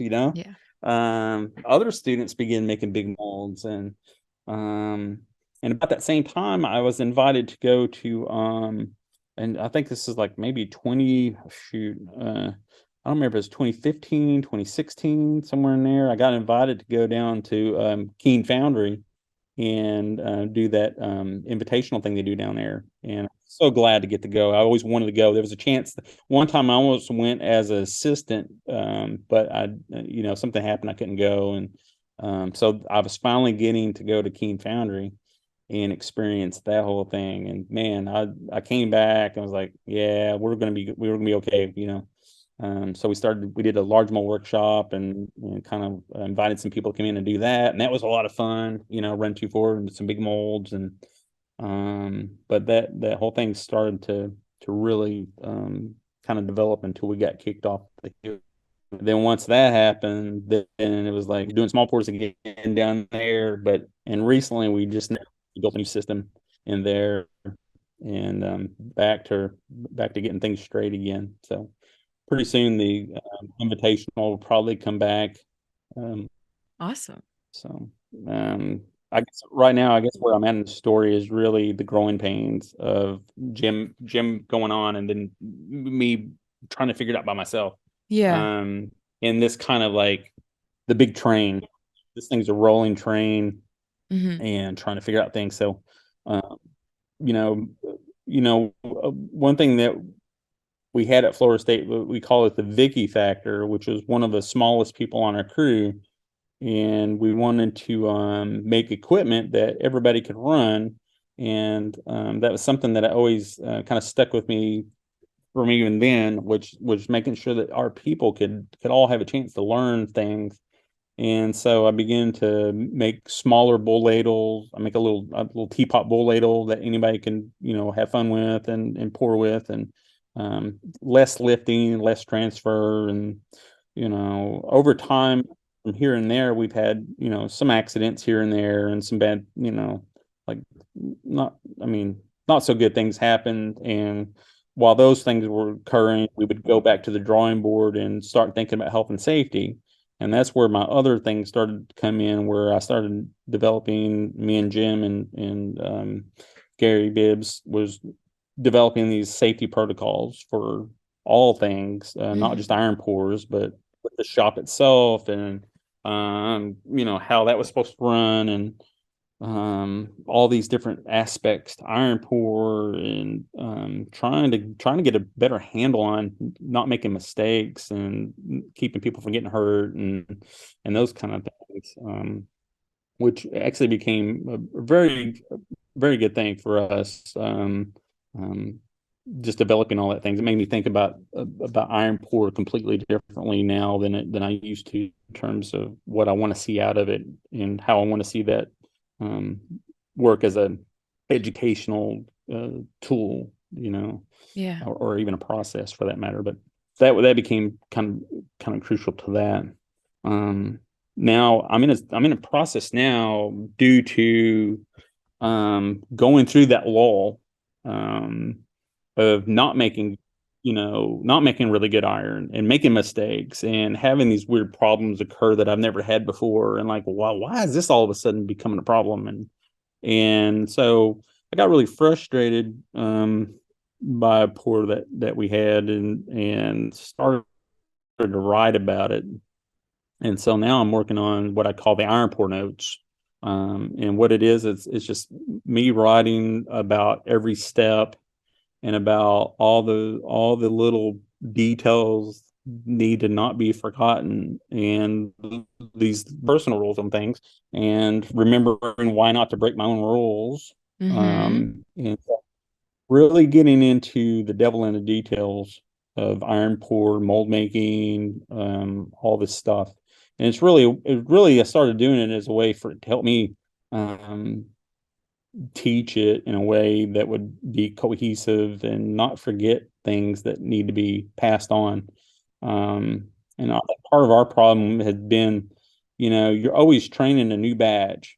Yeah. You get people really good and they leave, and you're kind of like, but ever so often you're able to, like, that kind of jumps over, right? You have some that are coming in that get to experience it, and it kind of just continues to roll. But what happened with us is we got to a point where we actually had a blank slate. Everybody graduated, and that next batch that we thought we were building, really weren't going down this path. They were all leaving and graduating. And so we had to split between the old and the new. And then that's where it's like, oh man, having that second person like Jim Wade around makes a huge difference between the two of us, because we could balance each other and catch things that a single person just can't catch, Yeah.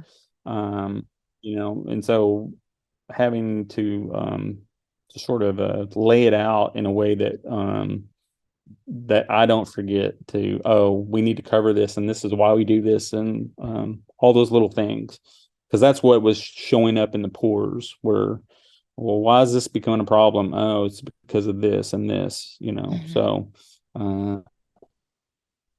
it's more or less a way to make sure that we're making good iron, Yeah. and these are the Yeah. reasons why we're that's the goal, So we're coming out of that, I think, after several runs of like, I'm not too happy with that run. I know we made some things were good about it, but those growing pains, Yeah. and right now I feel like I got a crew right now that are really good, and they're picking up pretty fast, and they're all very interested. Yeah. And And so now it's just a matter of homing in. I was going to say, is that the crew that ran with you for the performance pour at the national at Sloss this year? Yeah, yeah. Yeah. They did the student furnace competition and got production furnace, which was really great. We had Yeah. a whole different theory. We came in with a strategy on how we wanted to run that. Uh-huh. And kind of stuck with our game plan, and I think it went pretty decent. They did really good, and they made really good metal. And then, but then we did the performance thing, which was a lot of fun, and it was an extra chance for them to all get to learn a little bit more, and that was fun too because we were able to let some people that normally haven't got to tap the furnace come up and get to learn how to tap the furnace, and so Yeah. we were just training. It was just another training day for us.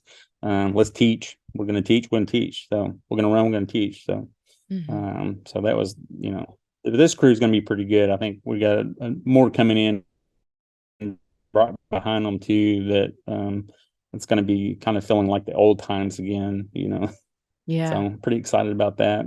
Good. Um, Good. you know, no, yeah. Now in my own work, like, I haven't really talked about my own work in iron, but for me, I always felt like the reason I was so attracted to it from the get-go, most people talk about the camaraderie and that aspect of it, which I totally agree with. I'm all about that too. Although I will say that that's a good part of it, and I enjoy that part of it quite a bit. But my first really attraction to it wasn't even that really. It was more about the unknown and the problem solving and okay, how does this work? And then how does that language end up in my work? And one thing that I'm kind of big on in my own practice is material communication, and Yeah. I do lectures on material communication and why that's important and why that each material has its own language. And so that in itself was another reason for why iron just kept being a predominant force in the work itself, which is that kind of communication with it, the sort of this brittleness in it, and the strength in it, and Yeah. that kind of there's a duality to it, which I find interesting. And it's also and I tell this to a lot of people over the years, like, well, anybody can cast bronze and aluminum, but you got to be really damn good to cast iron. Yeah. Because there's just so many variables. Not that I don't like bronze and aluminum by any means, but it really is more of the sort of the higher casting, and people talk about it around here all the time. Like, I've been known to. I have a couple of nemesis in mold making that like something you try to cast and it won't come out, and just keep on and Yeah. keep on and keep on. I've had a few of those little things where I just couldn't get it or get close to getting it, Yep.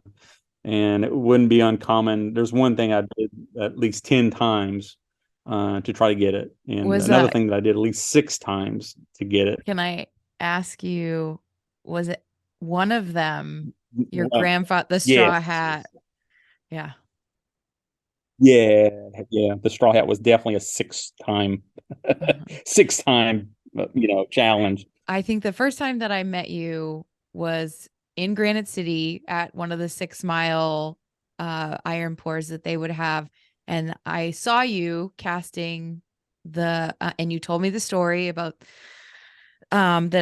and it was representing your grandfather, and that iron casting, I think in that one it didn't come out, but I will say that much later I saw the iron cast straw hat in an exhibition at one of the conferences, and I felt so Yeah. resolved in that he got it, he finally got it to work. Finally and got and that and I stupid don't hat. know if we ever like talked about it, but just knowing that you were trying to cast it and then finally seeing the one that worked, it was like Yeah. a lesson in persistence for me. Yeah. there's these moments where, you have to have that thing. And that was definitely one of them. Like, no, I can't I can't give up on this. I got to get this thing. Uh, and a lot of the failures weren't necessarily due to the mold or to the way I was going to do it. More or less, the metal was cold when it hit that one, or there was all these other things that were, part of the aspect of failure. But yeah, that one took a long time to get, and it came out really great. I was really excited to finally get that thing. And the other one I really can't talk about because Okay. it That's has okay. it's a I can't talk about it because one of these days is going to be surprised with it. Okay. So we'll just One of keep these it a days, one of secret. these days. But Okay. everybody brings that one up because they know that I get really close, and I've been so close several times. And one time I did get it, and I left it in the mold too long, Ah, and it cracked because it shrunk on the core. ah. And Yeah. there's like these like small things that has always happened. But one of these days I'll get that thing, and it'll be a good laugh for a bunch of people. But Good. um, Good.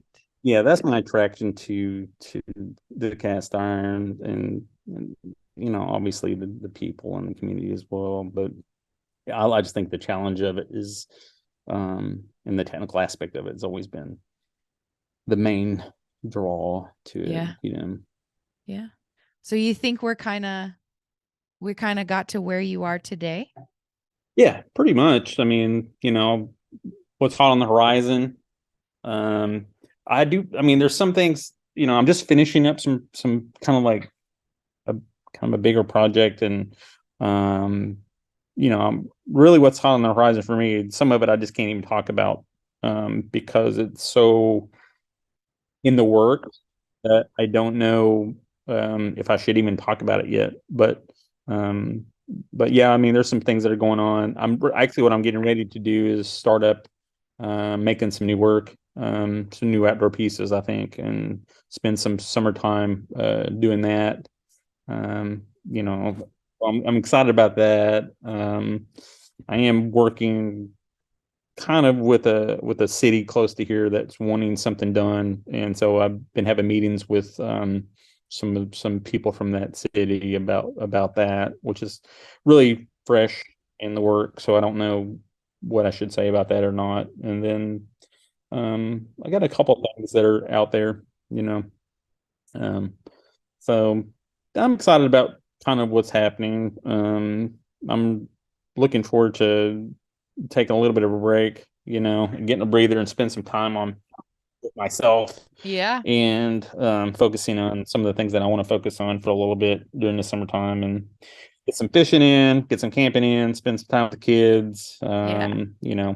Actually, I'm looking tomorrow. I already hooked up to the trailer. I'm going to run over to Cape Girardeau and pick up a sculpture tomorrow. So I got that going on. So Yeah. truck driving. But I've got a few applications out for some shows, and I'm in some shows right now that are traveling exhibition things going on and some stuff like that. But yeah, I mean, it's nothing like super crazy. I'm really we did a lot of iron over this last semester, and I'm like really I've even started hitting the iron pour notes and kind of like recording some of that stuff, that thoughts that I had there. Yeah. Some things that I want to tweak and things that I want to um, kind of make sure that I get them recorded so I don't forget them, that kind of thing. But yeah, pretty excited about kind of what's going on and what may be on the horizon for sure. Good. Yeah. Good. Well, before we go over to the after show, do you have any advice for us? Advice. Oh man, so many different things that can be. I think some advice that I would kind of pass on would be to soak it all up, soak up the people you're around, soak up, all the positive things that occur during the pours, and also soak up the mistakes, and learn from them. And that's kind of, what I've been reflecting on. That way I can assure that I'm going to be making better iron, and quality iron, in the future, and sort of the longevity of it. We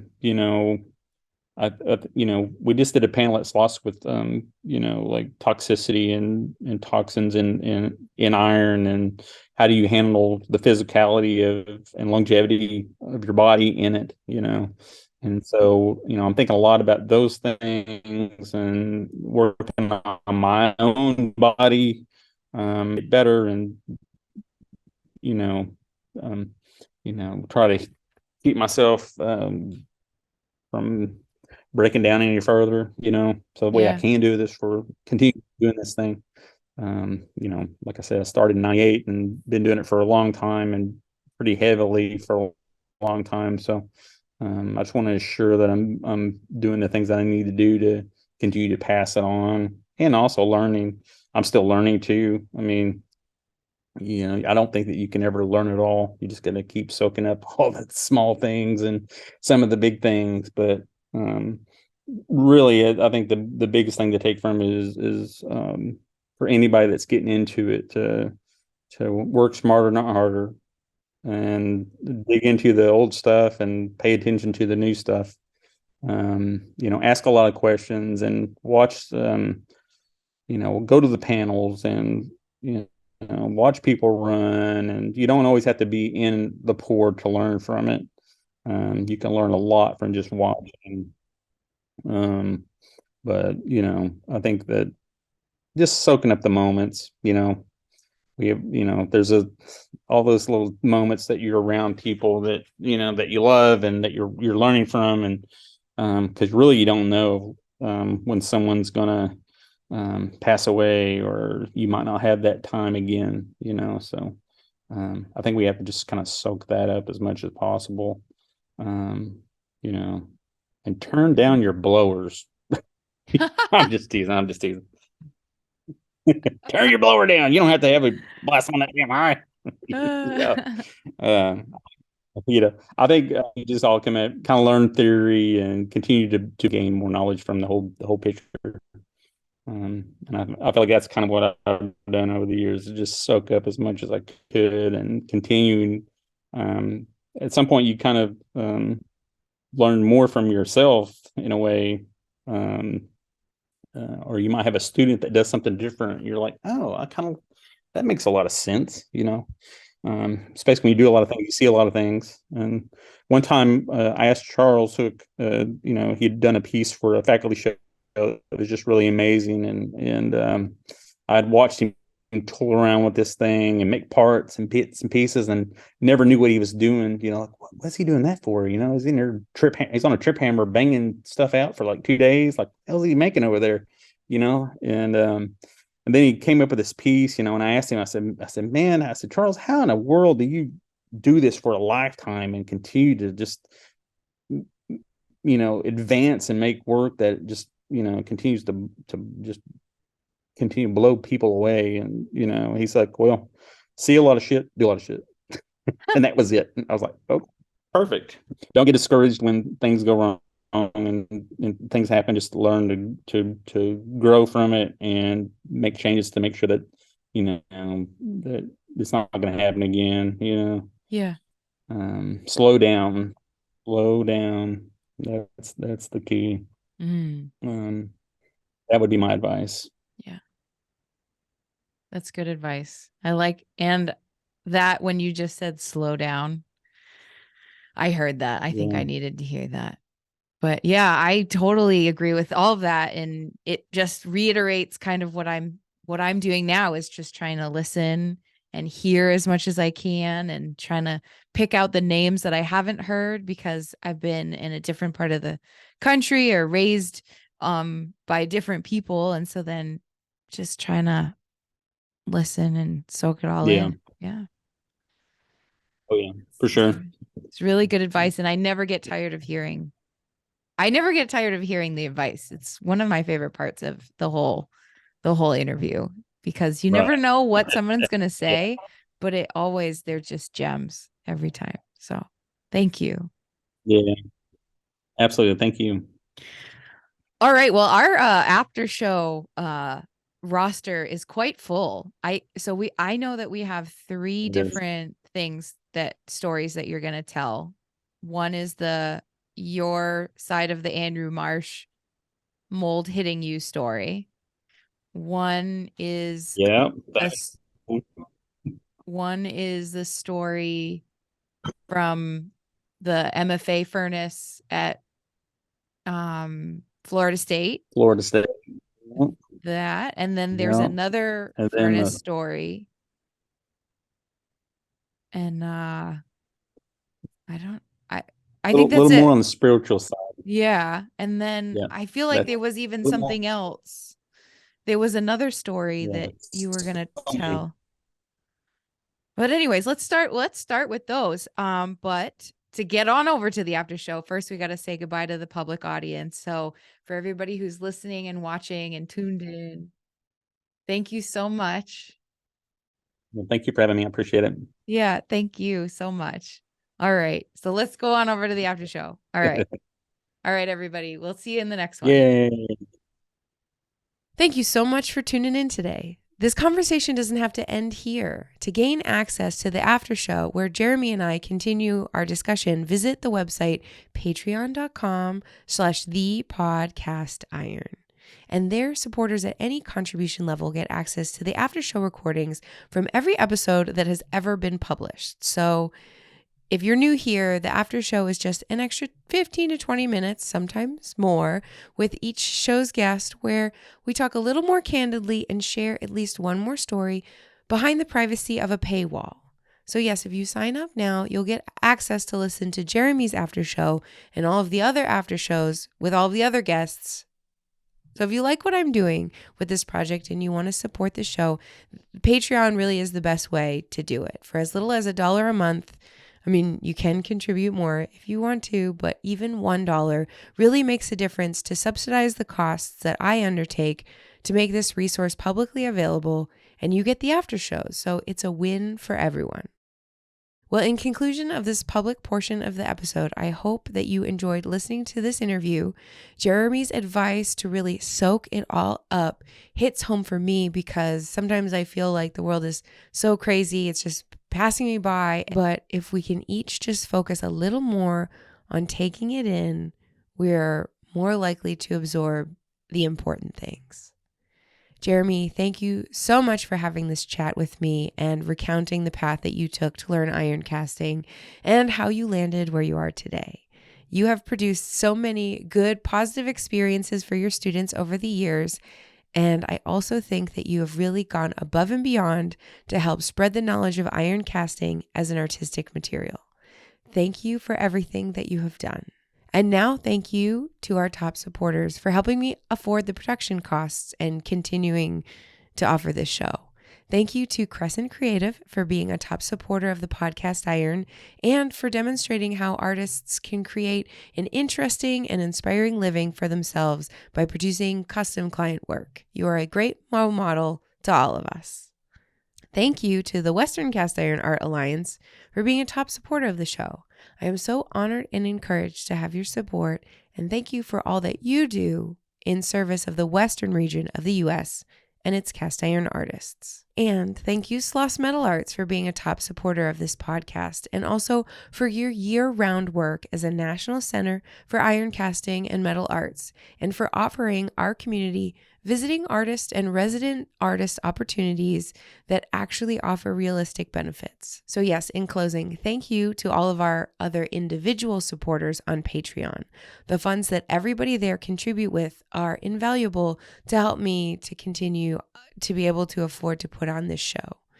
But if you don't have it in your budget to support the podcast Iron on Patreon, I understand. Instead, if you could share this with someone you think would be interested in listening or watching, and I'll appreciate that just as much.